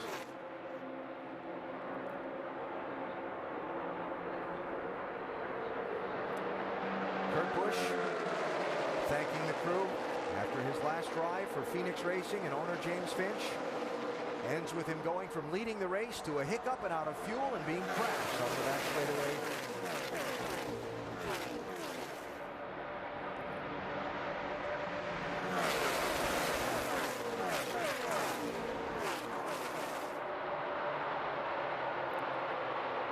And we watch Dale Earnhardt Jr. in that neon green car try and get in front of Kyle Busch. Not with us earlier. Kyle and Jr., along with Trevor Bayne, caught for speeding on pit road. On a set of green flag stops, all lost a lap. Bayne got the free pass at the most recent caution. 18 Kyle and 88 Jr. fighting to be the first car a lap down should the caution wave again. Yeah, I've been watching Junior work extremely hard and trying to fight his way towards the front of this pack to get back in that free pass position. Checking the garage with Mike Massaro. And Kurt Busch has just shaken hands and hugged all his team members. He'll be leaving after this race. Obviously, this is not the way you'd like to see this end. What happened? Yeah, we ran out of gas. I don't know how to explain it any other way than that. Ran out of gas while leading. We were 4 laps away from pitting. Just one of those situations to where whether it was a miscalculation in fuel mileage or the fuel cell wasn't picking up all the fuel. You know, we're a team that worked really hard this year, and little things might have been overlooked here or there, but we gave it all we had, and I just went around and hugged all the guys and said thanks, and it's just a tough way to go out, man. We were leading, ran out of gas. It's kind of how our year went this year. We had all the potential in the world. We just never pulled it all together for 500 miles. It's always chaotic when you come to Talladega. Making matters worse, you had a damaged race car. NASCAR was telling you to stop. Did you hear that command? No, I didn't. I got out of the car and surveyed the damage, saw that it could still roll. So I jumped back in, and I remembered with these engines, they'll run at 20% of fuel pressure to get it back to the garage. So I tried like heck. That's the competitor in me. That's the desire that I have, and that's what gets misconstrued all the time. And this is the way my life works. Today's a perfect example. I'm leading, I wreck, I run out of gas. I'm still that competitive guy to try to get back in the race, and now NASCAR's yelling at me because I don't have my helmet on, and I'm trying to get it to the garage so the guys can work on it. Now I'm in trouble. Now I got this little storm right here. I mean, this is my life, so I'm not complaining. I put myself in a lot of these situations, but it's on to good and good things now moving forward. I got all the bad luck out of the way, and this year's been a great year to test me in every which way. Thanks for your time. All right, thanks. Alan? Hi, Mike. So the thoughts of Kurt Busch. He moves on to Furniture Row Racing beginning next weekend at Charlotte Motor Speedway. Jamie McMurray in the one, trying to get the lead from Kevin Harvick. Kyle Busch 18, Dale Jr. 88. The subplot racing to be the first car a lap down. And still 29 cars on the lead lap. and even more than that in his lead pack. Yeah, and I think there's two drivers that are probably having to do a little more pushing, taking a chance, overheating their engines. That's Dale Jr. You can see right up on the bumper of Jamie McMurray trying to get to the front, trying to get in that three-pass position. It's working right now. Kyle Busch has been doing a lot of pushing also. They're taking a chance, but it's a chance they have to take right now.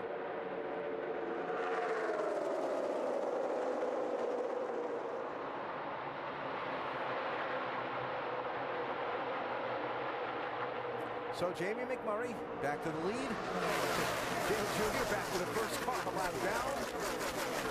And as always at Talladega, the picture changes every lap. Long way to go. We go NASCAR nonstop, presented by Pennzoil.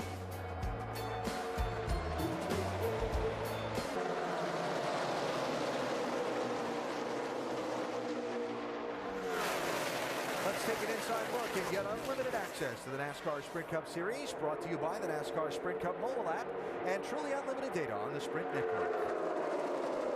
Matt Kenseth out in front of this race, one of 31 lead changes, just happening to put that 17 back out in front. And Matt has led the most laps in today's race. He's been out in front for 22 of the 121 circuits. Dale Earnhardt Jr. has been out in front for 18 laps. Get unlimited access to NASCAR with live in-car audio and real-time stats on the NASCAR Sprint Cup mobile app, only from Sprint. Get the app and Sprint's truly unlimited data plan at sprint.com/speed. Boy, right now would be a perfect opportunity to get a couple of cars that have, a couple of drivers that have fast cars back on the lead lap if we could have some type of caution with Kyle Busch. He's actually back on the lead lap right now. Dale Jr. would be the recipient of a free pass. Yeah, the problem is for a caution to come out, it's been some pretty risky things happening out there. See, a couple of times it should have been a huge wreck, and it really turned out to be just a few cars. Some of the championship contenders running up front. Some have chosen to hang out on the back most of the day. Let's update them now as we go up to speed, starting with Mike Massar. Well, Alan, we knew coming into the day that the 17 car Matt Kenseth would be fast. That's based upon how they performed at restrictor plate tracks throughout the course of 2012. But it has been a bit of a struggle for them trying to dial this machine in today. They made a track bar adjustment, lowering it 2 rounds on the last stop. Matt Kenseth came over the radio moments ago telling Jimmy Fennick he made it worse. Way too loose in traffic for his liking right now, Vince. Well, the next in line is that green car of Dale Earnhardt Jr. Now, Jr. is a lap down, but he is in the lucky dog spot. So if we get a yellow and he stays in that current position, he's going to be back on the lead lap. He was penalized for speeding on pit lane. Crew Chief Steve Letarte told Jr., we got a long way to go, a lot of racing left. We'll get that lap back, and you'll be in good position. Jamie? This has been a good day for Kevin Harvick so far. The plan from the beginning was to run up front. Based on what they found out in practice, the car was good up front. It was good in traffic. The only issue for Kevin today is running on the bottom. He said it's been terrible for him. He prefers the outside. Doc? And behind them, back now in 6th position, is Greg Biffle. And Biffle, who has lost 6 positions in the point standings the last 3 races. The first 3 of the chase said, we got a good race car, but the car had gotten a little bit free. Remember this pavement starting to wear a little bit. They added some wedge on the last pit stop, and the other issue was saving fuel. Greg said, I can save a little fuel, and I have. This run, we should be able to make it to about 43 to go. Vince. Running in 8th place is the 2 of Brad Keselowski, the man who came into this race as the chase leader. Remember, he's won 2 of the first 3 races here, and he's won twice here at Talladega, including the race here in May. It's been a pretty uneventful race for Brad so far. Their strategy was simple, Crew Chief Paul Wolfe says. We're going to go for it. It's business as usual. Doc. And how about the 6-time Talladega winner, Jeff Gordon, who felt very confident he had a car that could win it here today. Started today 48 points back. He said, I can make a big gain today. But a moment ago, Jeff on the radio said, unless I have the 5 car pushing me, I'm not going anywhere. If I can get the 5 to me, we can make some progress. Now, talk about the 5 car, Casey Kane, who ran out of fuel and had to restart back in 28th position, came on the pit road, topped off his tank at lap 102. Maybe it was the different weather conditions. Maybe they didn't get it full. Either way, they're hoping to make it to lap 143, 144, and make the final pit stop. And also, they've got to get to the 24 car to get both those cars together back to the front. Jamie. Chad Knaus told me this morning there was no specific plan for Jimmy Johnson today. He told me he was going to leave it in Jimmy's hands. So what did he do? Right at the start, he fell back, as you're looking at Denny Hamlin there, who's working his way forward. Jimmy Johnson, he dropped to the back, went to the front on pit strategy, led some laps, and falling back now. After the last pit stop, though, Jack Knaus just radioed to him, it's all out. We're going for it after this. Mike?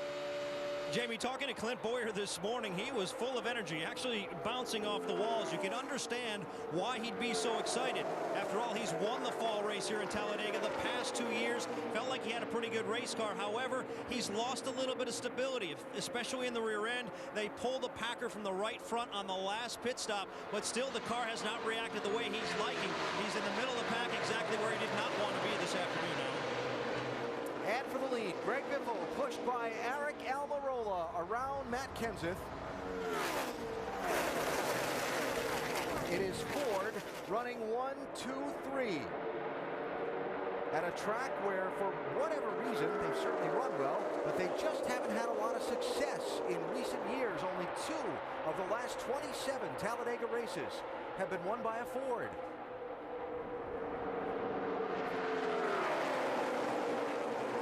Just to wrap up a couple of the other Chase drivers, Tony Stewart there running in 27th position. Martin Truex Jr. running in 28th, where they swapped that back and forth between them. Again, a couple of the guys that have chosen to hang out at the back of the pack. Matt Kenseth out in front.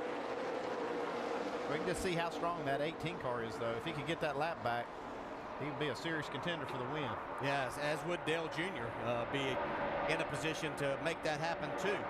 See up there in that second crew there, trying to make all of that work, and it just takes, you got to stay hooked up so much right there. Trevor Bayne, who was a lap down at one point, got that free pass.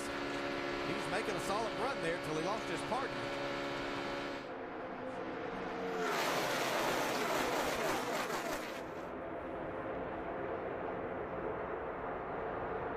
Jeff Gordon trying to hook up with Trevor Bayne in the draft and see if they can get back to the front. Second car in line, Matt Kenseth is the race leader, coming up to 350 miles at Talladega. Anxious moments at Talladega. And the 34th lead change of the race is Jamie McMurray, pushed by Greg Biffle, 1 in 16. Go by Matt Kenseth into the top spot. They go by the 18 of Kyle Busch to put him back a lap down, hurting Dale Earnhardt Jr.'s opportunity should the caution come out and the circumstances not change. Yeah, Jamie McMurray is going to have a say-so in who wins this race today. He's either going to win it, or I think he'll be pushing the person that gets to the start-finish line first on lap 188, if that's the finish on the race. Yep. We have had a tendency of these races to show a little overtime here.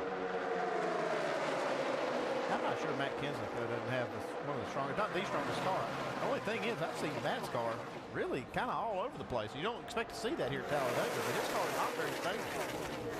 You can see Junior now get shuffled out. He's trying to make something happen to see if he can get by the 18 of Kyle Busch to get himself secured. As these pit stops are starting to come up here before too long, you want to make sure you're in that good position. Yeah, because that's the time that a lot of things can happen. When these guys are trying to make these pit stops, we saw the last time everybody was low on fuel. Kurt Busch ran out of fuel, caused the crash. But we also see people trying to get to pit road that cause accidents and caution. So you want to try to be up there at that point. You can see there's virtually side by side now. Jeff Burton's back up in there, showing himself once again. Driver that could see the checkered flag last year, almost had it in hand, but got passed by his teammate before they got to the finish line. Boy, he needs a win. I mean, it would do so much for him right now. Had a pretty tough couple of years. A win right now would make it a lot better. And Burton in the thick of it right now in that 31 car, showing in 4th position last time they crossed the finish line.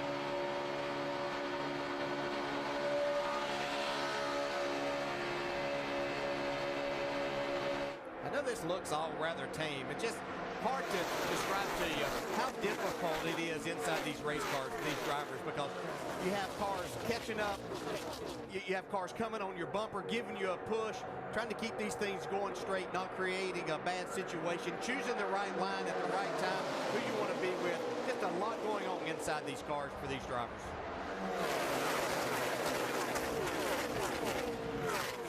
Just to clarify, in that race to be the first car a lap down sub-story within this fight for the lead, Joey Logano in that orange car. Remember earlier, he was in the race to be the first car a lap down. He's 2 laps down now, so he's not a factor in this.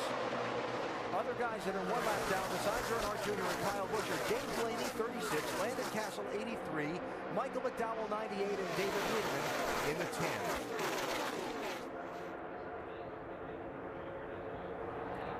Matt Kenseth running in 3rd. Right behind is Roush Fenway teammate Greg Biffle. I feel like I'm a wreck every lap here, Liz. Let's see if we can help you out. Yeah, he looks very, very unstable. At that time there, through the tri-oval, almost every time you see him in the tri-oval on the bottom, his car is really twitchy. Outside lane, Dale Jr. pushed by Jeff Burton, but Burton can't clear Jamie McMurray for the race lead. And that yellow flag, a race changer for Dale Earnhardt Jr. and Kyle Busch. Jr. in front of the race leader and gets to come back around and catch up to the tail end of the field. He was on the lead lap, just 2 2/3 miles behind. And Kyle Busch, the first car a lap down, will get the free pass, and he'll get waved by the pace car in a minute. Well, both these drivers worked extremely hard to get this back. Look at Steve Letarte. Yeah. Back in it. Lap 62. Junior was tagged for speeding on pit road and got a lap down. We're at lap 138 now, and he just got back on the lead lap. Yeah, and I think that the strength that he showed there, that Kyle Busch showed there, they're going to be factors in this race for sure. 2 drivers that know how to get it done here. And plenty of time to get it done. 49 laps to go. Interesting fuel window picture here. It'll be extremely tight. Be interesting to see just how many, if any, can go that long. How many top-offs we might see on the 1 to go before we go back racing. Talladega, victories up on the wall. We will see a lot of cars heading down mid road. Yellow flag pit. Interesting. So, Jamie McMurray, Greg Biffle, Matt Kenseth, Kevin Harvick, Eric Almirola, the top 5, the pit lane open. And I would imagine the biggest instruction to all these crewmen, Mike, is get it full of fuel. Yeah, that's something you're hearing a lot, but from Matt Kenseth, the edict a little bit more adamant about making sure the car gets tightened up. They're going to put the track bar back to where it was. A 4-tire change. They're also going to pull part of the left front packer, trying to give it more stability, Jamie. And Kevin Harvick, right side's only Gil Martin telling him, leave on my cue, not the jacket. You see them continue to fill it up, Don. 4 tires for McMurray, the leader. He wanted 4, so I'll feel a little more stable with 4 tires. Greg Biffle said 2 right sides only, but they had to wait on fuel to get it completely full of gas. And by the way, both McMurray and Biffle told guys, you gotta save gas. It's really close. A little split agenda there. Yeah, tires are not the big deal here. Definitely getting it full of fuel on this stop, a big deal. 48 laps to go. How's it going to shake out at Talladega today? We go NASCAR nonstop, presented by Pennzoil.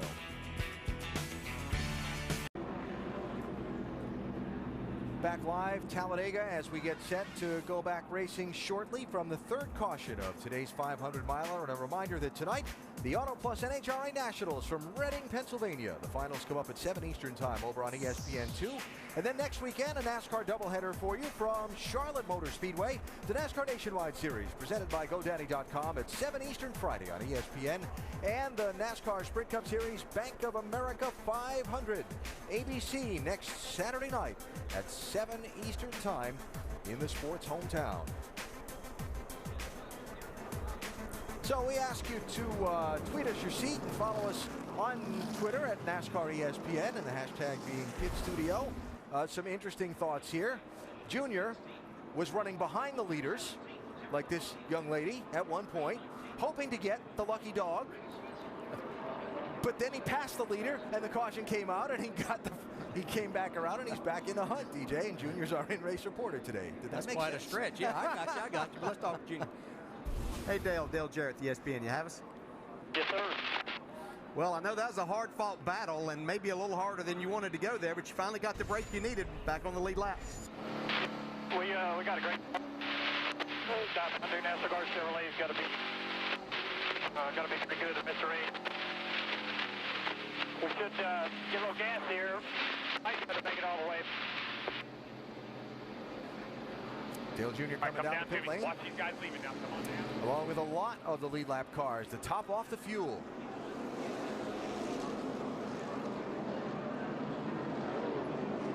Wait on me. Wait on me. Hold on. All right, go ahead. One lane.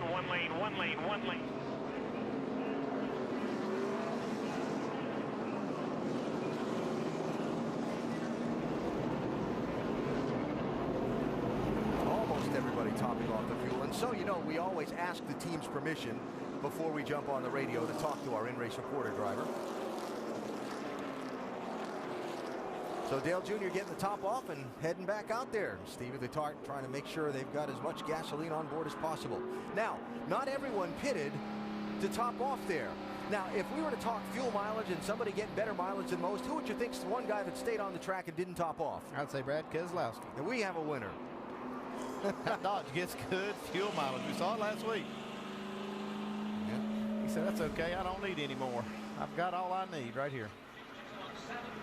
Well, he's still trying to save a little, though.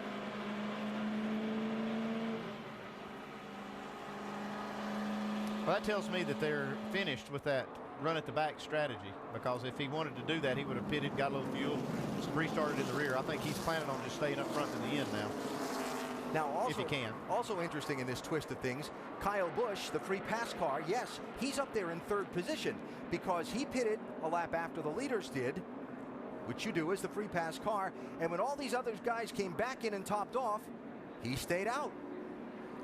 Yeah, normally he would have to start at the tail end of everyone, but because all those cars made a second pit stop, he's able to retain that position. He's saying, thank you, guys. I'll take it. So, Brad Keselowski, second place now. Casey Mears, the race leader. As we get set to go back racing with what will be 45 laps to go and 31 cars on the lead lap.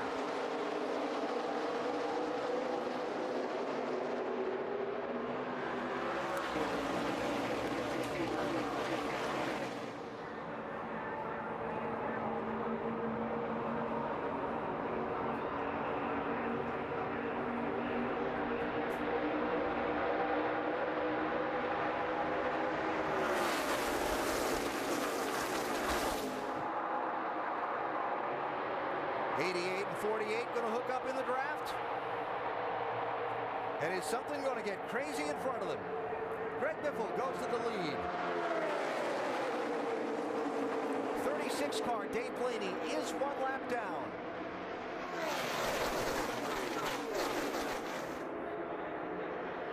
Now, you know, if you've employed that strategy of hanging back all day, I really think this is still too early. There's a lot of laps to go here right now. Yeah, it's way too early. If you're going to use that, because this is when the most risky part of the race is. It's right now when everybody else is starting to get antsy.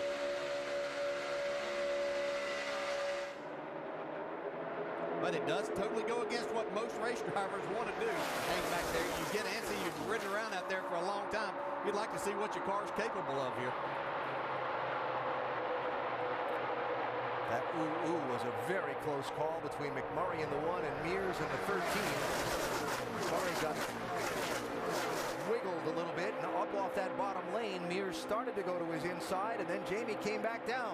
Everybody got away with it. They see that 36 car in the second car on the inside. He is a lap down. He was able to start in front of a lot of leaders because they made that extra pit stop.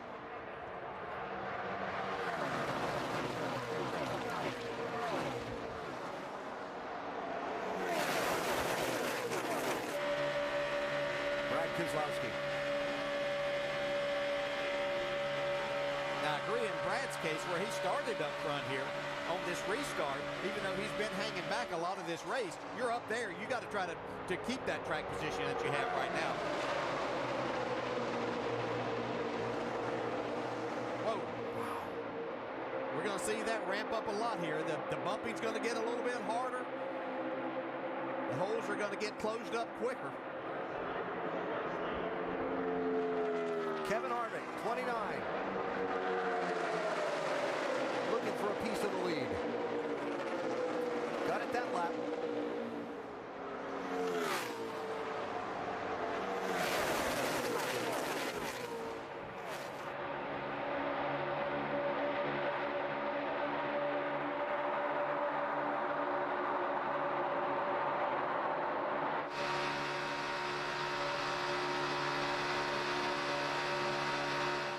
Tony Stewart, 13th last lap by. Yeah, this will be the first time we've really seen Smoke up in the mix all day long. He started with that strategy of hanging out at the back to avoid anything that may happen. Haven't really seen anything happen, but now it's time to go. Well, we haven't seen what he can do. I know that you picked him at the beginning of the show. He was your favorite to win this thing, and he hasn't really shown us anything, but I don't think it was time for him. Like you said, it's not time for you to go yet, right? No, it still wouldn't be time for me to go, but there again, it's... Oh, no, trouble there. Contact. Wow, they got away with it. Boy, they separated in a hurry. You can see how all that was happening right in front of Tony Stewart. Joey Logano being lapped by the leaders. But it looked like the trouble was around the 43 car of Eric Almirola there with some contact between cars. Greg Biffle back to the lead.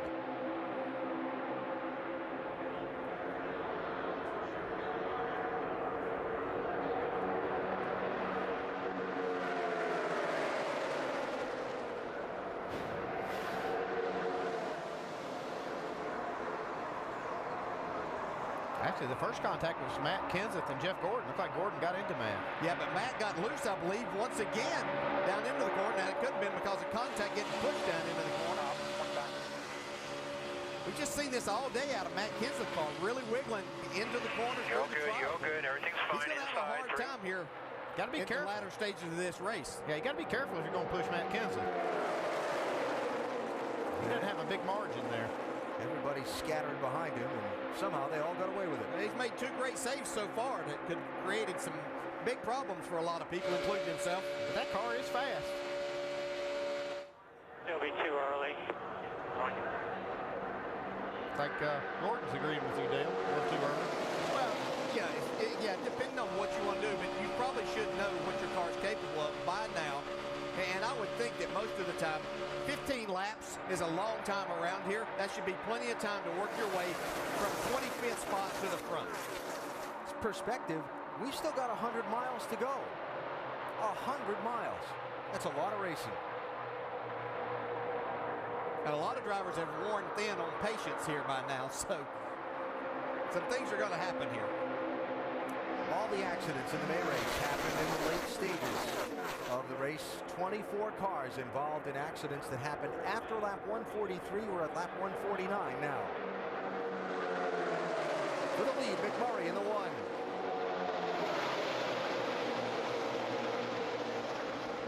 I'd give that one to Biffle by an inch or 2.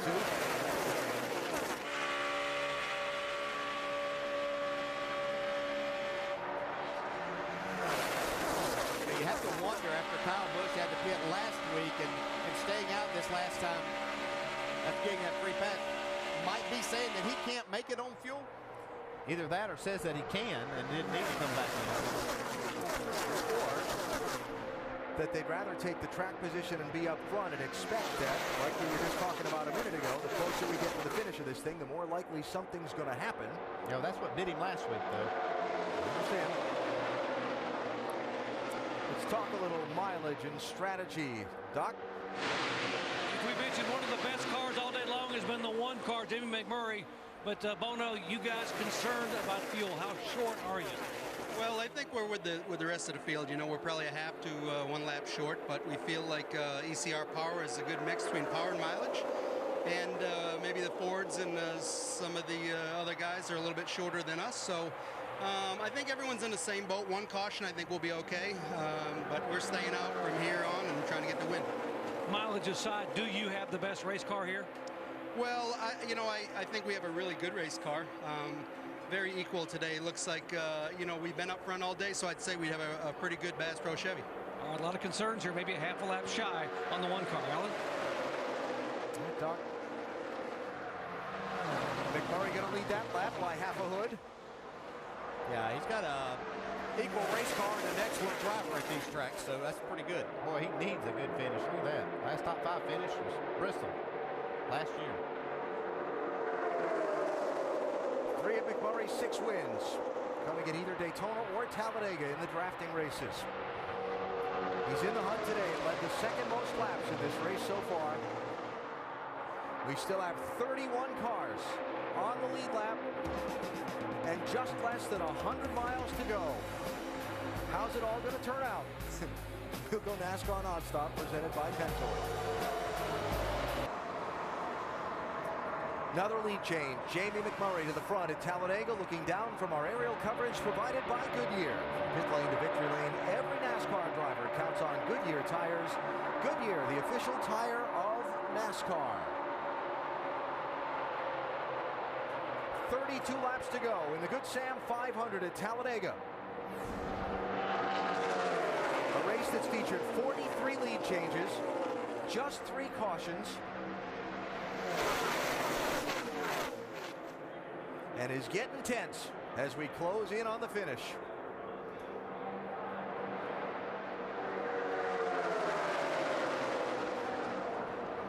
Well, McMurray just keeps on being the car that makes his way to the lead.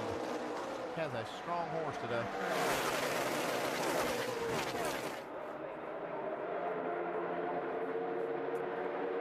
Kyle Busch starting to push a little water in that 18 as he tries to push Greg Biffle past Kevin Harvick in the 29, Jamie.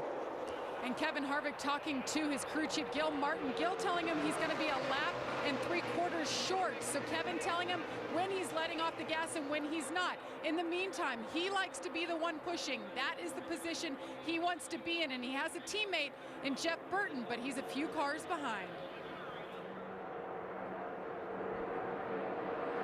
All right, Jamie Harvick there behind Greg Biffle. Jamie McMurray with Kyle Busch behind him. As Juan Pablo Montoya takes the 42 car to the garage. As he came by the start-finish line the last time, he just pulled out a line. Apparently it was an engine issue. Tony Stewart starting to show up toward the front in that 14 car. One of the guys that's run around toward the back of this lead pack a lot today. He might have done that, but when it comes time to draft your way up front and figure out which lane to be in, Tony Stewart's one of the best at doing that and utilizing the air and his race car and getting himself in the right position to win these races. You know, Dale, you were just the same way. I mean, you had a knack for this kind of racing. What is it? I mean, what is it that makes somebody good at this? Well, you work for the best at it, and Dale Earnhardt, and you know, paid attention to a lot of things he did, but you just develop a feel for it as to what you can do with your car and what you need to do, and you know, you get more of a feel of it without having to look at your gauges and things like that, like the tachometer, which tells you that you're picking up speed. You just gather that feel, and Tony Stewart's one of the best at that, as is Jamie McMurray up front right now. Confirming it was engine on the 42 car for Juan Pablo Montoya.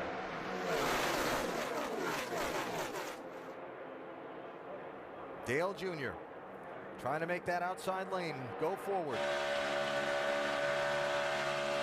Spent a good chunk of the center section of this race a lap down after a pit road speeding penalty. The fans are on their feet now. You see that 88 going forward.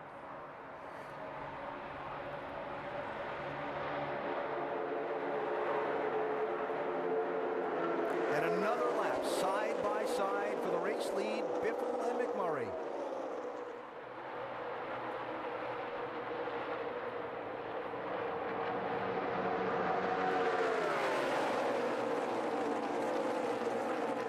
Jeff Gordon back in 17th. Okay, while you're back here, you can save us just a little bit of fuel. It's going to help us in the end. Eddie DeHaan, the spotter.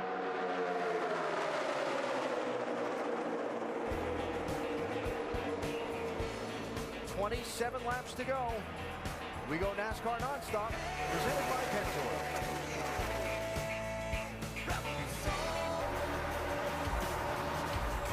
NASCAR Sprint Cup Series at Talladega is presented by Pennzoil, pursuing the latest oil technology because we love cars just as much as you do. And in part by Toyota Care, caring for you and your car.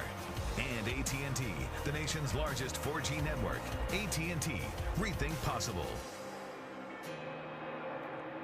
Coming to 23 laps to go at Talladega, Greg Biffle is the leader. As the picture continues to change, David Ruderman's just gone to the garage. Kyle Busch shuffled back into line from second place to where he runs now in 16th position, as you saw during NASCAR nonstop coverage. And still people trying to figure out when and how to try and go to the front. And so we're going to have to decide, you know, is do we try to hook up with this 88 and push him up to the front and blow off quite a bit, you know, before we get ready for the end, or do we need to wait till the end? So that from Jeff Gordon, Doc, who have they made any decisions on that?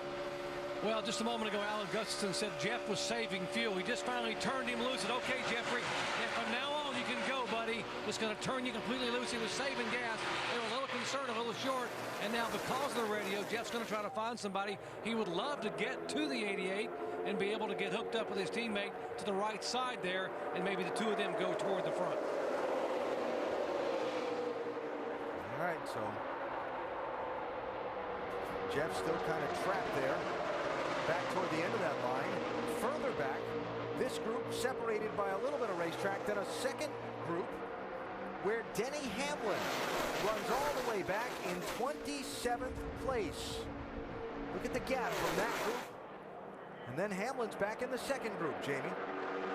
It's interesting to see how many drivers like Jimmy Johnson have gone from the back and they're moving their way forward. You guys haven't budged. What's your plan, Darian? We're in the back there saving some fuel still a little bit. We're a couple of laps short, but gonna kind of still wait for that big one to happen. If not, we're gonna be ready to go there at the end. They've already made a couple of runs up in the front. Denny saw how fast he was and how much speed he had, especially they're working with the 5, so gonna hold her on for a little while. All right, Casey Kane's team was down here. They're talking. They're making a deal for the end, Alan. Okay, Jamie, thanks.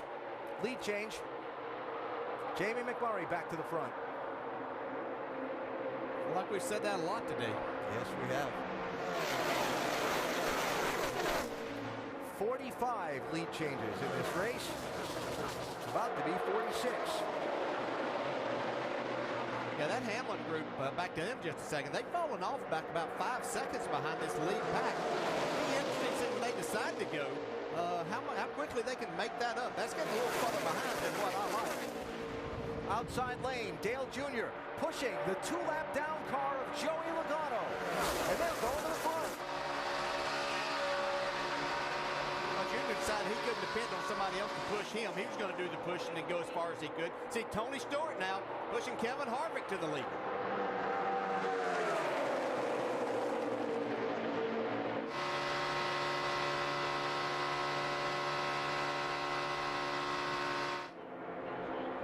Tell you that McMurray kept wiggling in front of Greg Biffle, and I was waiting for them to get together. Now Biffle's gotten to his inside. They have had a couple of close calls. See Junior have to shuffle back in line. We're inside 20 to go, and I'm sure that intensity level is coming up in the cockpit of these cars. 50 miles to go. Jeff Gordon. I know what's screwing this up. That one car is moving from lane to lane to lane to lane. I mean, geez, yeah, I don't know why people think he's a great restrictor plate car. I just think he's a chicane. High-speed rush hour frustrations in the draft at Talladega. 18 laps to go. You continue to see the action as we go NASCAR nonstop, presented by Pennzoil. 50 lead changes. And coming to 15 laps to go at Talladega with 30 cars on the lead lap. And the winner, anybody's guess. Casey Mears out in front. He's hung out front or around the front a lot of this day. Fast Ford that he's got. He's got a Ford and Greg Biffle pushing him.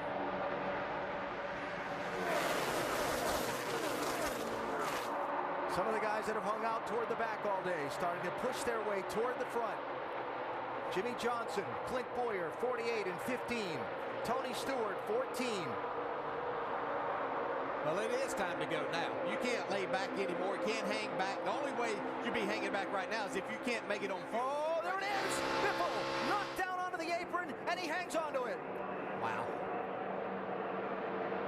That's two big wrecks that should have happened. Him and his teammate, Matt Kenseth. I don't know how they both didn't crash in each one of these incidents. They were very similar. And McMurray to the lead.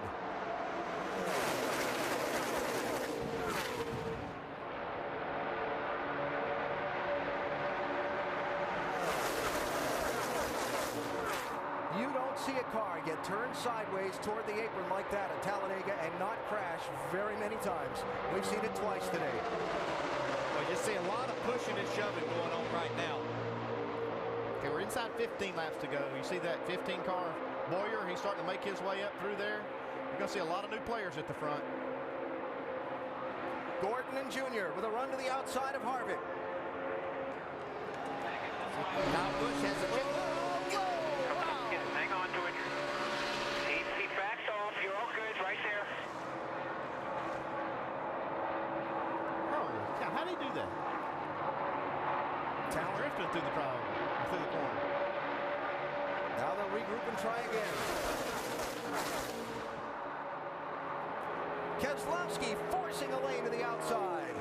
You can see Junior slowed up to get back on Gordon's bumper. That everybody else decided they didn't want to come out of the throttle.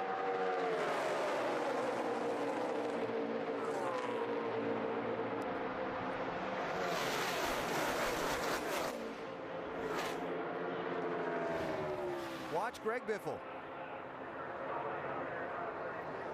Oh, my. Yeah, you're supposed to wreck right there. Unbelievable job by Greg Biffle. And then Gordon and Jr. Yeah, Gordon's going for the lead here. He's got a head of steam with Junior. Sideways to the crowd.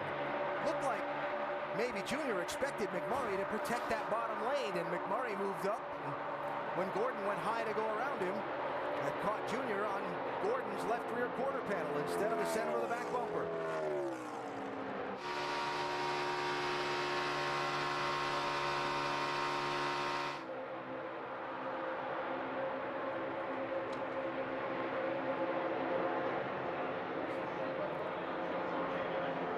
Couple of slower cars. The leaders will come up on to overtake right here.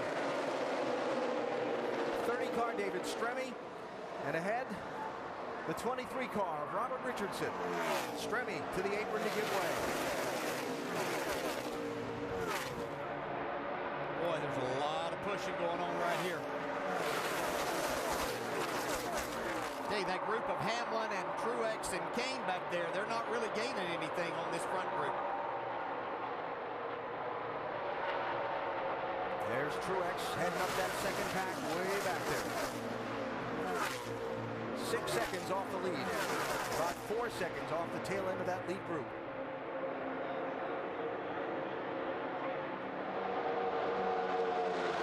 Coming to 10 laps to go. There's Jimmy Johnson. You know, we have figured inside that we're going to run out of fuel on the last lap between turn 4 and turn 1. A lot of other people are going to be running out as well, so we have to be cognizant of that. I think that's the big unknown right here. How many cars can go, and where are they going to be in this group? Going to cause another big wreck when we run out of fuel? Yeah, so you're trying to position yourself here, stay wide open in the gas, and oh yeah, somebody might run out of gas right in front of you, and you have to be ready to get by them somehow, some way.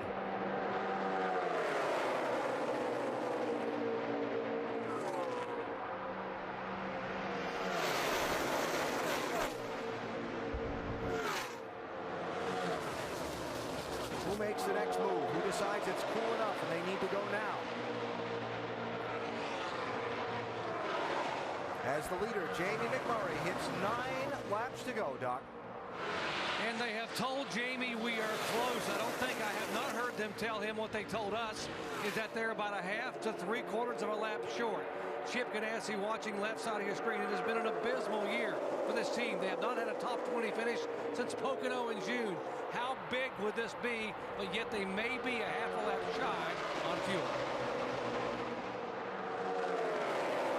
This whole thing can turn inside out in a number of ways in these last 8.5 laps. Yeah, and who in that pack may possibly miss it even more than they thought and then run out even before then, creating a much worse situation. Yeah, we saw Casey Kane ran out a few laps sooner than he thought he was going to earlier in the race, and we might see that here. I think you'll see that within about 5 laps to go. That's when I'd be on my toes for that. Still not much you can do to defend against it. You just have to go.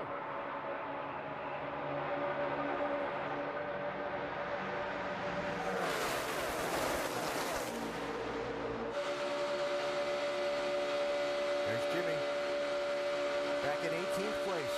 Now there's a pack coming. That second pack with Hamlin and Truex and Kane, they're starting to now get a sniff of this lead draft. They were quite a bit quicker the last lap. They've actually closed the gap. If they get there, they'll have a lot of momentum to see just how far they can go. Yeah, but you're going to have to stay tucked up pushing, and I just haven't seen anybody be able to stay there that very long. But once you get inside of 5 laps, you got to push and get as much as you can.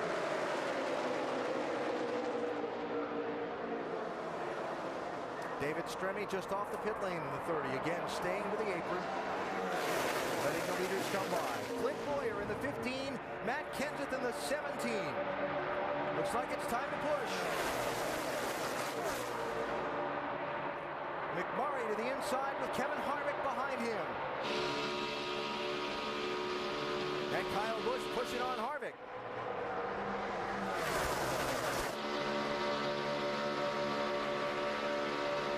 Look at those cars move around at those speeds.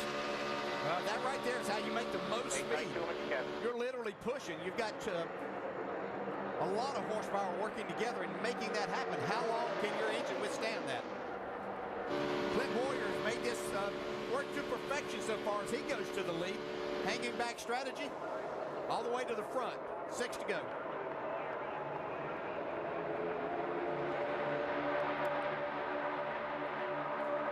Casey Mears, 13, still in the mix. Jeff Gordon and Jr., the team cars together. What about people like Keselowski and Hornish a little further back, coming up 3 wide, 22 and 2.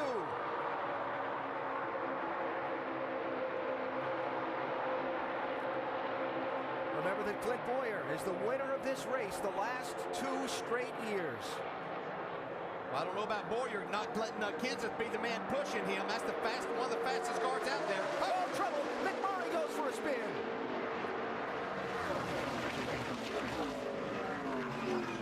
And somehow, no one else is involved.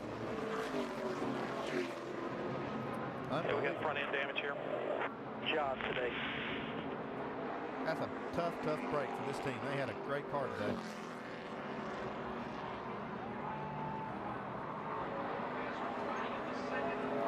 Caution is out with 5 laps to go. Jamie, come around. Jamie McMurray being pushed by Kevin Harvick at a place on the racetrack where his car is kind of looked to the eye to be a little unstable at times during the day. Yeah, and anytime you get hit going through the trial, well, you have a lot of wheel in the car right there. I mean, it's a normal turn that you're making through there. Any contact, as you can see, and wow. Yeah, McDowell just barely missed him. That's a shame for Jamie McMurray. He'd done a fantastic job with this car all day. It's going to be tied as to who was leading that lap there. And then what do they do strategy-wise here? It really was kind of a big break for Hamlin and Kane and Truex because they're now able to close that gap. Well, you know they'll be in getting fuel to make sure. In front of him. They should, yes. Those cars should make pit stops here. Keep coming. Two inside. Save fuel. Save fuel. Save fuel.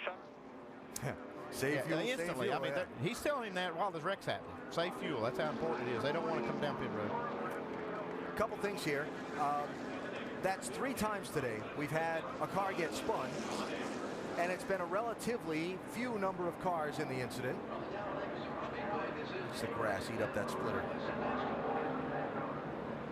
Yeah, you see how much damage it does to the whole front end. And second thing, remember at the caution, they freeze the field, go back to the last scoring loop to determine the running order for the restart. That should probably be Clint Boyer. So pit road's going to be open here for all of the cars. Lead lap and not on the lead lap. Got 29 of them on the lead lap. Do you give up spots on the track here, Andy? You can't up front. Those guys up front can't do that. We know that a lot of cars that, like those cars we mentioned with Kane, Hamlin, Truex, they would likely come down pit road to make sure they can make it. And anybody that knows they can't, that really felt like they were going to run out, period, would have to come down pit road here. But like the Jimmy Johnson that we heard be told, you know, you're going to run out on the last lap between turn 4 and turn 1. You just stay out here and take their savings? Well, one thing you got to keep in mind here is that with this green-white checker, there's likely to be another one. Yeah. So then you got to factor that in. That would probably, if I'm one of these chasers like Jimmy, I believe I'd come down and get gas and just see what I can get. Could have up to 3 attempts at a green-white checker finish. It is going to be a split agenda here. A lot of them going to come in, but not all of them. It's a lot of them, though.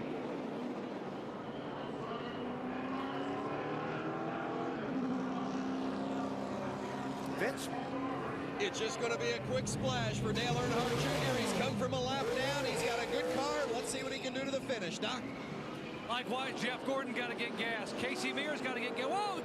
And Mears trying to get out. Biffle sliding in his pit, blocks Mears in. Biffle, they've now got to get gas, and Mears gets by. Biffle lost about 3 seconds trying to get backed up.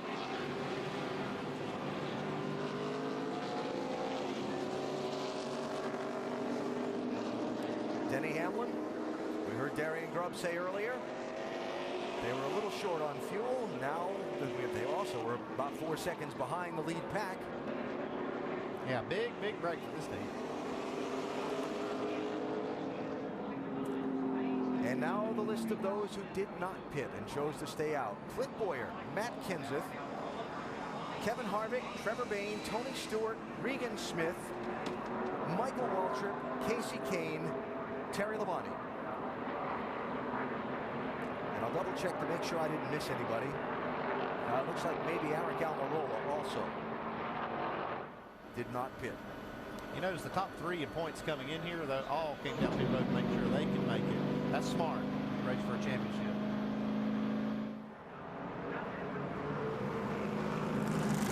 Add David Reagan and Almirola to the list of those who didn't pit.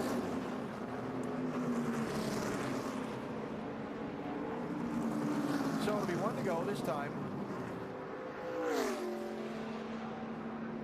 A series of overtime finishes here at Talladega, not all that unusual. And remember that if the race is under caution as it comes to its scheduled conclusion in an attempt to give fans a finish under the green flag, NASCAR will extend the race and run a green-white checker finish. Throw the green, race a lap. If they get back to the white flag without a caution, then the race has begun its last lap, and the next flag, be it checkered or yellow, ends the race. How about some of those who did not pit, Jamie? Well, Gil Martin, the crew chief for Kevin Harvick. You guys are 9th in points at this point. What is your strategy here? You decided to stay out. Well, Kevin's been trying to save a lot of gas on this entire run with our Budweiser Chevrolet. I mean, we're running up front right now. These caution flags are going to help us. We're about a quarter of a lap from making it right there, so we're right on the money. So only chance we got to win this thing. That's the only chance we got to stay in it, so we're here to win. Of course, he's talking about staying in the championship, Vince. Eddington, Steve, the crew chief for Tony Stewart. How close are you to fuel in the end? We'll be right on it. I think that we could, as long as we don't have another green-white checker, we'll be in good shape. I think guys crunched some numbers and said we were good to go, so we're going for it. You spent a lot of time at the back. Now you're up at the front, and you got Tony Stewart with the wheel in his hands. How you feeling? I'm feeling pretty good. Feeling pretty good. He'll get the job done. I think we're in pretty good shape. Took care of our car all day long, and that was the game plan. And now we're going to run them for it. Thanks for the time, Steve. Alan? All right, Vince. He sounds relaxed. I'll bet he's not. No, he's not relaxed, but he does sound confident. He's got Tony Stewart behind the wheels, going to line up 5th on the restart. Green, white checker. I'd be feeling pretty good too. Yeah, and you know, something that's going to be a little different here. 2 cars can hook up now. If you can find a good partner, you can stay hooked up through these laps, and your car's not going to overheat to get to the checkered flag. Clint Boyer, the race leader. What do you think? Oh, committed now, bud. Oh, committed. Let's go for a trophy. Let's go for the trophy. So there's how they made their decision. Clint Boyer started the day the 4th place driver in the championship, 25 points off of the lead. He's leading the race now, Mike. Strong race car. The question, though, Jimmy, as it is up and down pit road now, fuel. Where do you stand? We're good to do this, but one more caution, we won't make it. It's got to finish this time. Like everybody else, very close. Alan? 2 laps to settle it if we don't see the yellow flag in the first of those 2 laps. 29 cars on the lead lap. Clint Boyer, Matt Kenseth bring the field to the restart.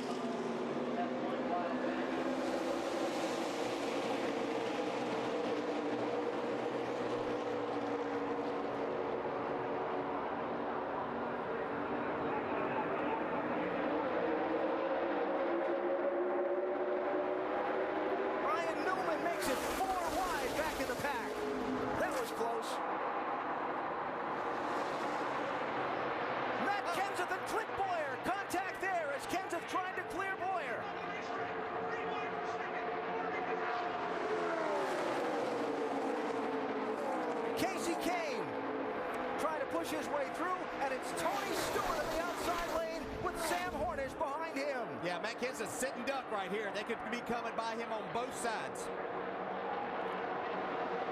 Outside. Stewart to the lead at the white flag. We're on the last lap. Will they make it back? 20 was Matt the fast when he's got the 49 pushing him here. 4 deep behind Stewart and Kenseth. Now Kevin Harvick's got some real help coming towards the front here.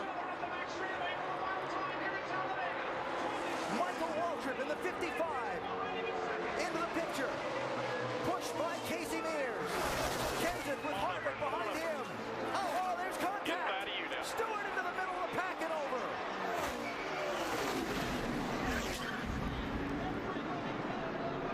Fortune's out.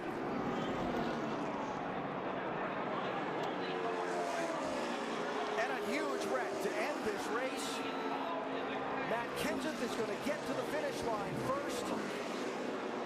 Is everybody okay? And one of the championship drivers got through. Which ones didn't?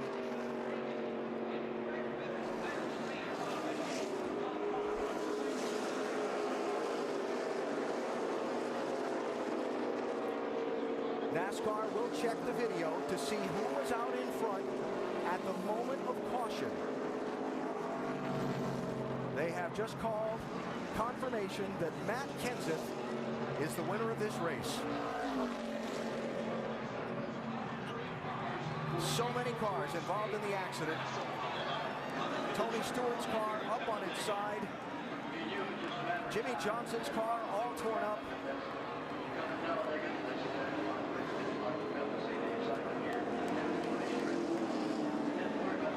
And it's going to take a bit to sort out the actual finish of this one as Stewart climbs from his car.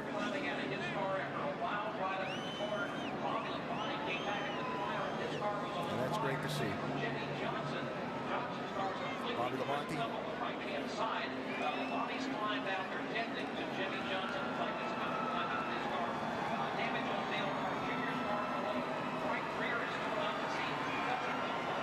And the scene.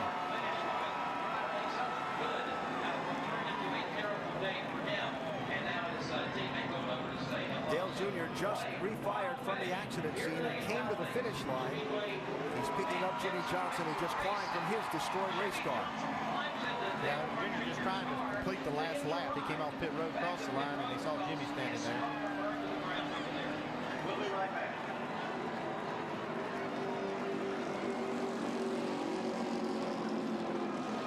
If that left rear tire doesn't pick apart, not going to be good on Jimmy. He'd be the first to know. Yeah, I know. Chaos at Talladega Superspeedway. Matt Kenseth is the beneficiary of all the problems out there. Well, what a turn of events. First, show you who was in the lead at the moment the caution came out. There's Stewart with Matt Kenseth.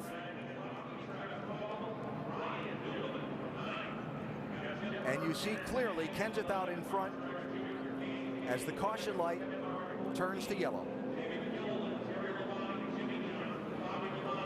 Yeah, it looks like the first three might be Kenseth, Gordon, and Kyle Busch from that point. Yeah. But it was anybody's guess from that point. It all started. Michael Waltrip had a huge run down the bottom, getting pushed by Casey Mears. That definitely was the first contact we saw was Michael Waltrip into Tony Stewart, but he was getting a big, big push and nowhere to take it.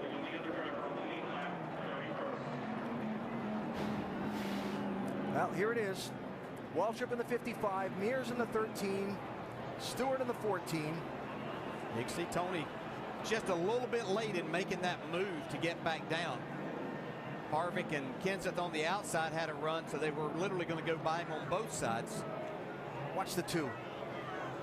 The championship leader somehow avoided getting really torn up in that. See, it looked like Martin Truex was going to get through there. Bobby Labonte caught him right at the end.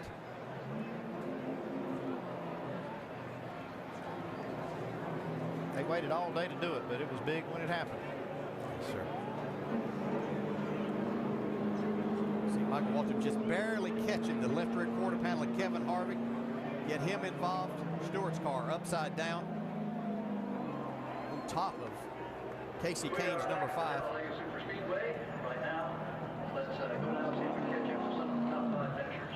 Down here, Greg Biffle, Kyle Busch, both of them kind of describing amongst the laugh and probably a big sigh as well.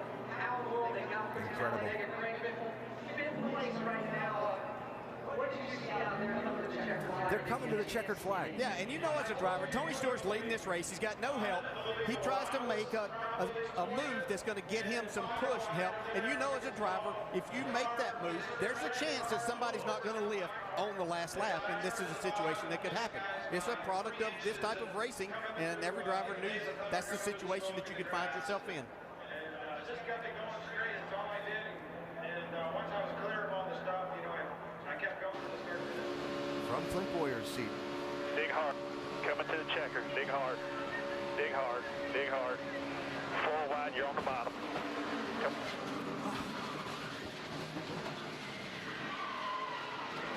Get it right if you can get it. Get it right if you can get it. Get to the checker. If you can get it started, get it started. I see it. Casey Kane. About to have an unexpected passenger.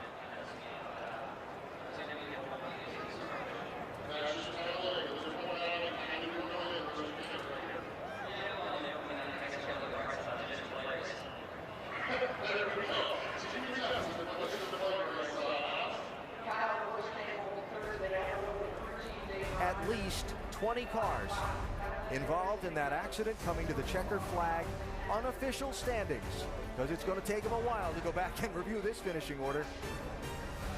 Make sure they have everyone in the right place. We go NASCAR nonstop, presented by Pennzoil.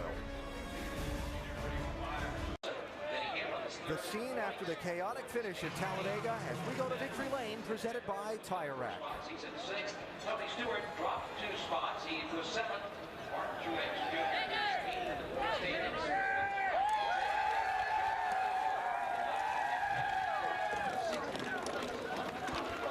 Matt Kenseth celebrating another restrictor plate win, your second restrictor plate win of the year.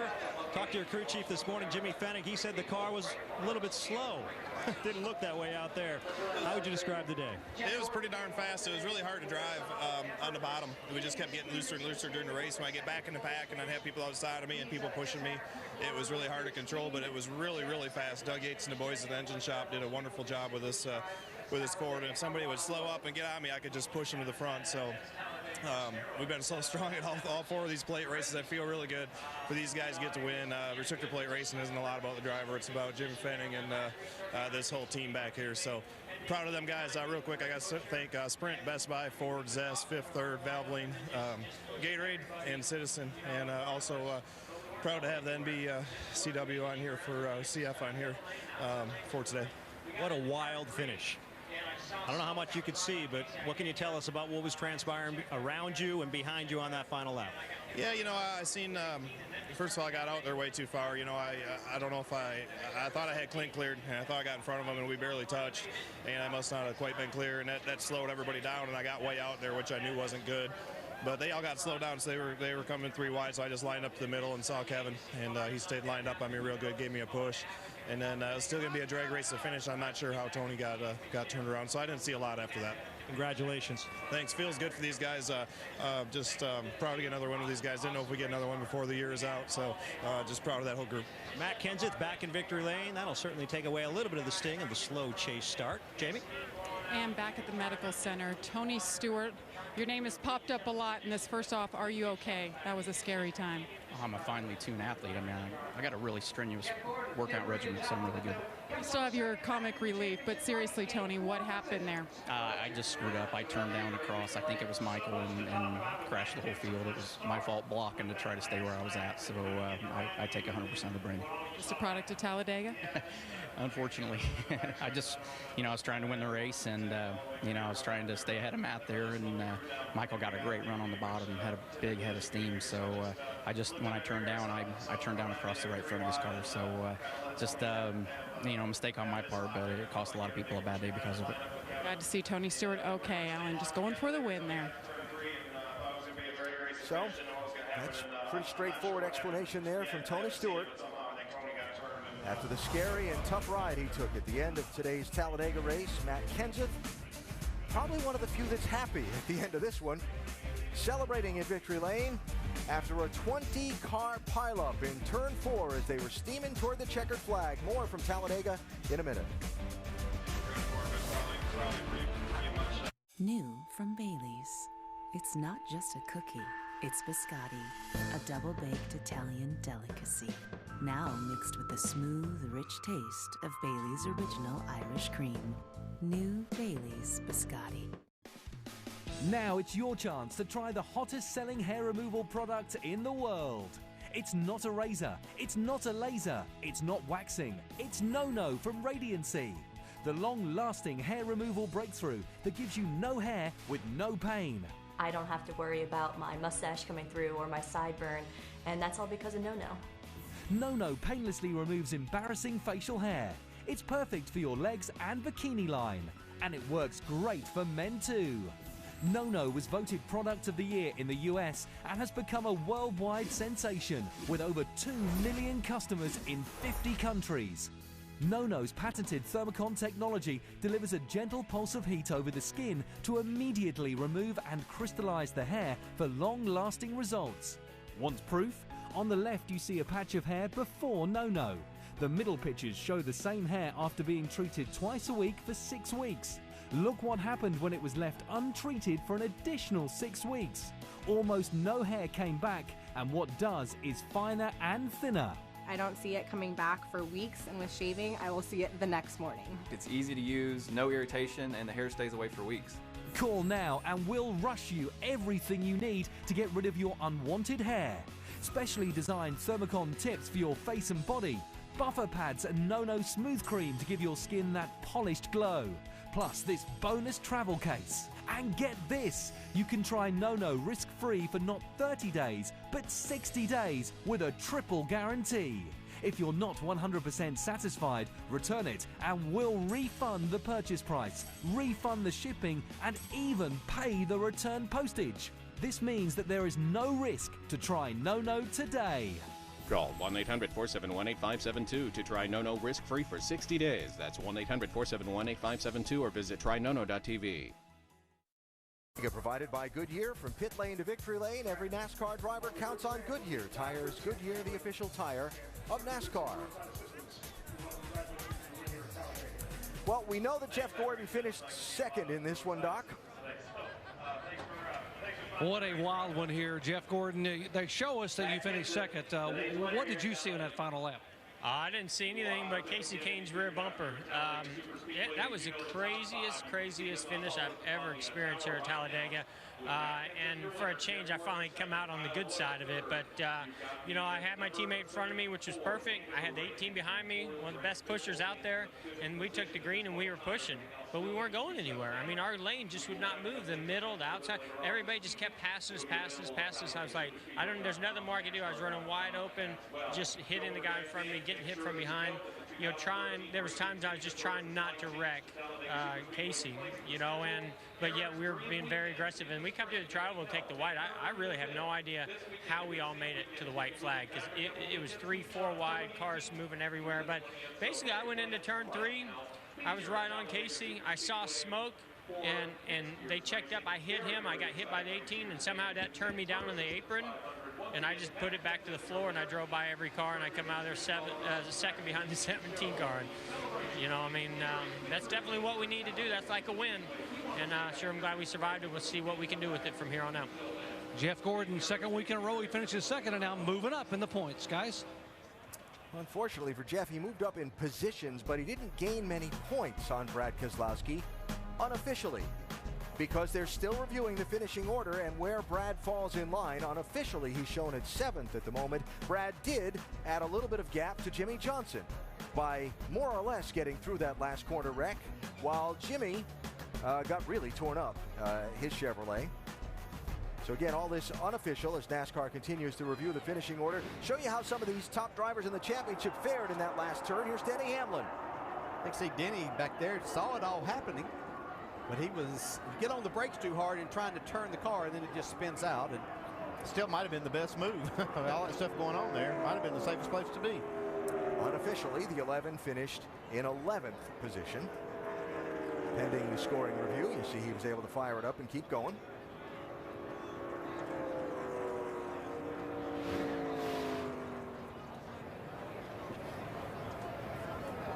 And with Denny Hamlin we'll catch up with Jamie Little. And Denny Hamlin talking to the media right now. Grass all over you, Denny. What a day for you. First off, I thought you waited maybe a little bit too long to go forward, but looking back, are you happy with your plan today? I mean, it sucks. You know, I'm sure all my fans are frustrated, but I mean, it's what you have to do. I mean, you kind of give up the chance at a win riding in the back all day, but you know, you got to miss the wreck, and that's what I had to do at the end, was just, you know, basically, as all those guys were wrecking, just, you know, go through them, slow down, let them all crash, and then drive around them and get to the start finish line. So you know, you got to maintain the pace, and you know, that's what everyone did. And so yeah, it sucks that, you know, it's not a top 10 finish, but it's better than my average here. Where you were and what you saw happen ahead of you, how was your heart rate at that moment when you know you've got to make a split decision or you could be part of it? Yeah, I mean, you're not going to go forward by driving into the wreck. And so I knew my objective, as soon as I started to see smoke and a car going sideways, is to back off from the pack, because everyone's always trying to gas up, get to the start finish line, but you've got to maintain, you got to keep rolling, you got to keep going. And so for me, I just backed off and then let all the cars wash down to the bottom and then went around them. All right, Denny Hamlin brings it home 11th, unofficially still 3rd in points, Vince. Kyle Busch brought it home 3rd, had one of the best cars, overcame a speeding penalty early in the race, and still in there fighting for it at the finish. And another crazy Talladega finish. Good run. Yeah, it's about how they always come down to, but great race for us and our team. You know, the guys did a great job on this M&M's Camry and gave me a good piece. It was really fast when we were out there in the draft, pushing some guys and making the outside lane actually move forward a few times. So it was really good. Just there at the end, the last lap, man, it's just anything. Everybody goes for broke. So we were on the bottom there behind the 24, who was behind the 5, who was behind the 15, and I was pushing my foot. I was quarter throttle, and we weren't going anywhere, running in the back of those guys. And then everybody's going by us on the outside, and then we got into turn 3 and seen the 14 car turn sideways, and just everything ensued after that. So I just cranked it left, went to the apron, and tried to get through there as best I could, not get hit by anybody else. Fortunately, we made it and come home 3rd, so not too bad.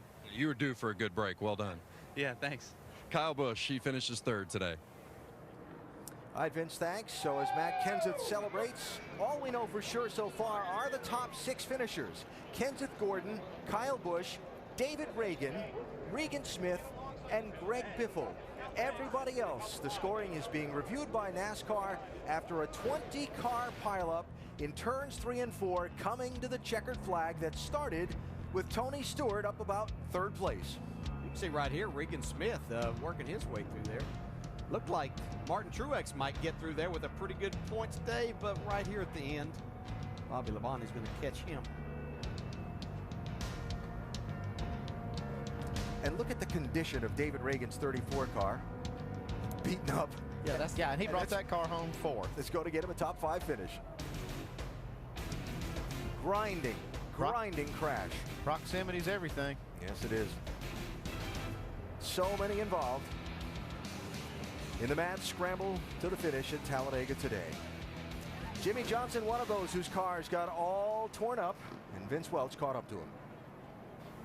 Well, Jimmy, certainly not the way we wanted to see this one end. And what would you see? What happened? Just hard racing at the end. We knew it was going to happen. We did a very good job of managing things all day long, and it was just getting real tight. I think we were probably 4 wide going into 3, and I could see some tire smoke off the guys in front of me, and then everybody just kind of merged together, and we were all in a big wad at that point. And fortunately, my car could still drive back to the finish, and I passed a couple guys that were sitting there on the bottom trying to get going themselves. So I guess I saw 17th. I don't know. We'll take it, I guess. We don't have a choice now. Thanks, Jimmy.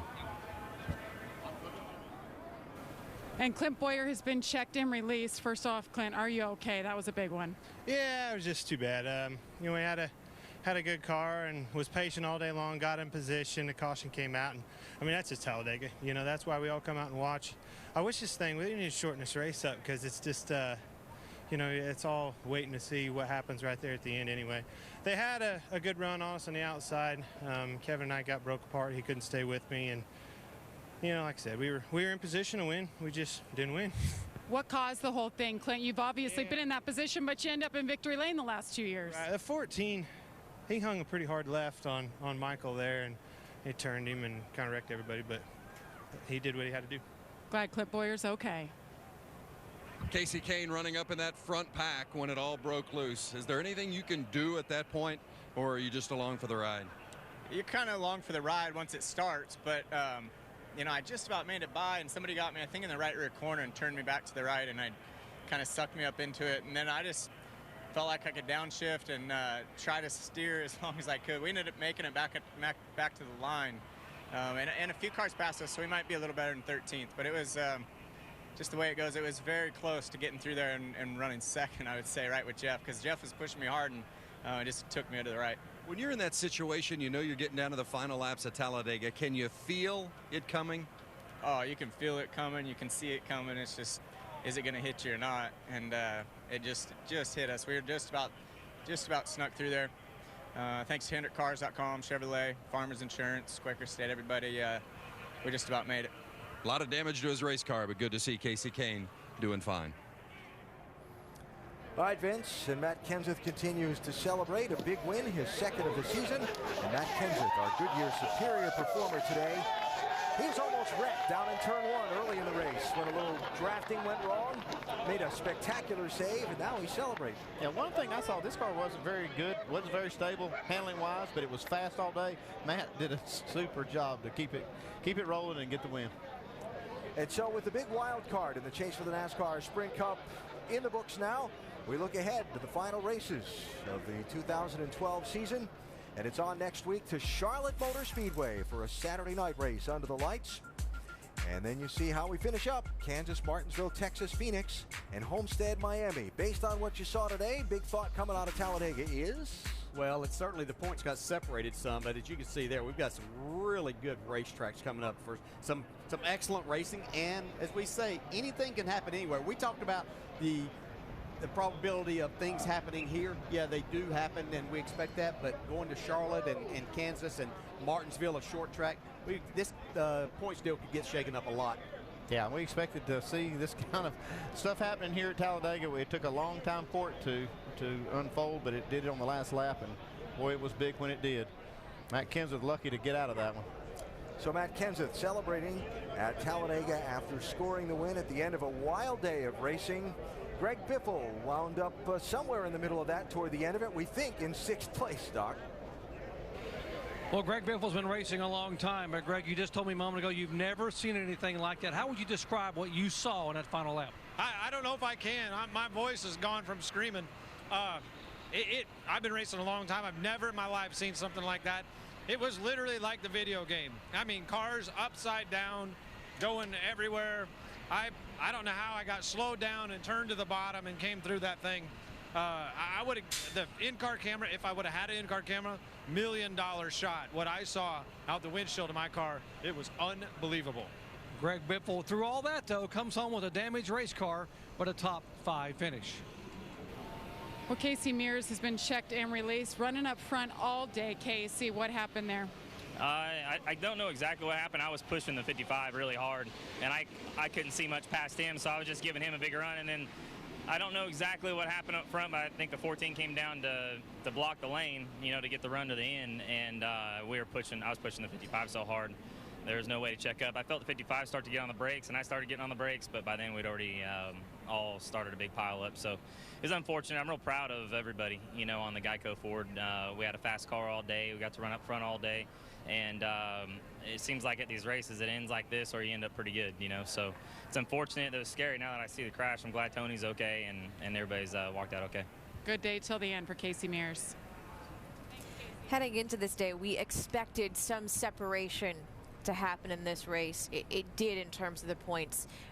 Who do you think now is in an even bigger hole? I'd take a look at Jeff Gordon. I really thought Jeff would maybe pick some more spots up. Even though he finished second, and he still hung there, you know, over 40 points behind. So, I mean, this poor guy is trying like crazy. He's having good runs, but can't seem to make any gains on the points. He's trying hard, but the day was one crazy day, and he really escaped a big one. There's no doubt about that. Finished second, even though he didn't gain the points. Well, another week goes by, and I think the 2, the 48 and 11 separate themselves much further from the field as far as someone else gaining on them. So I think a 2, 48 and 11, I think that's your chase race.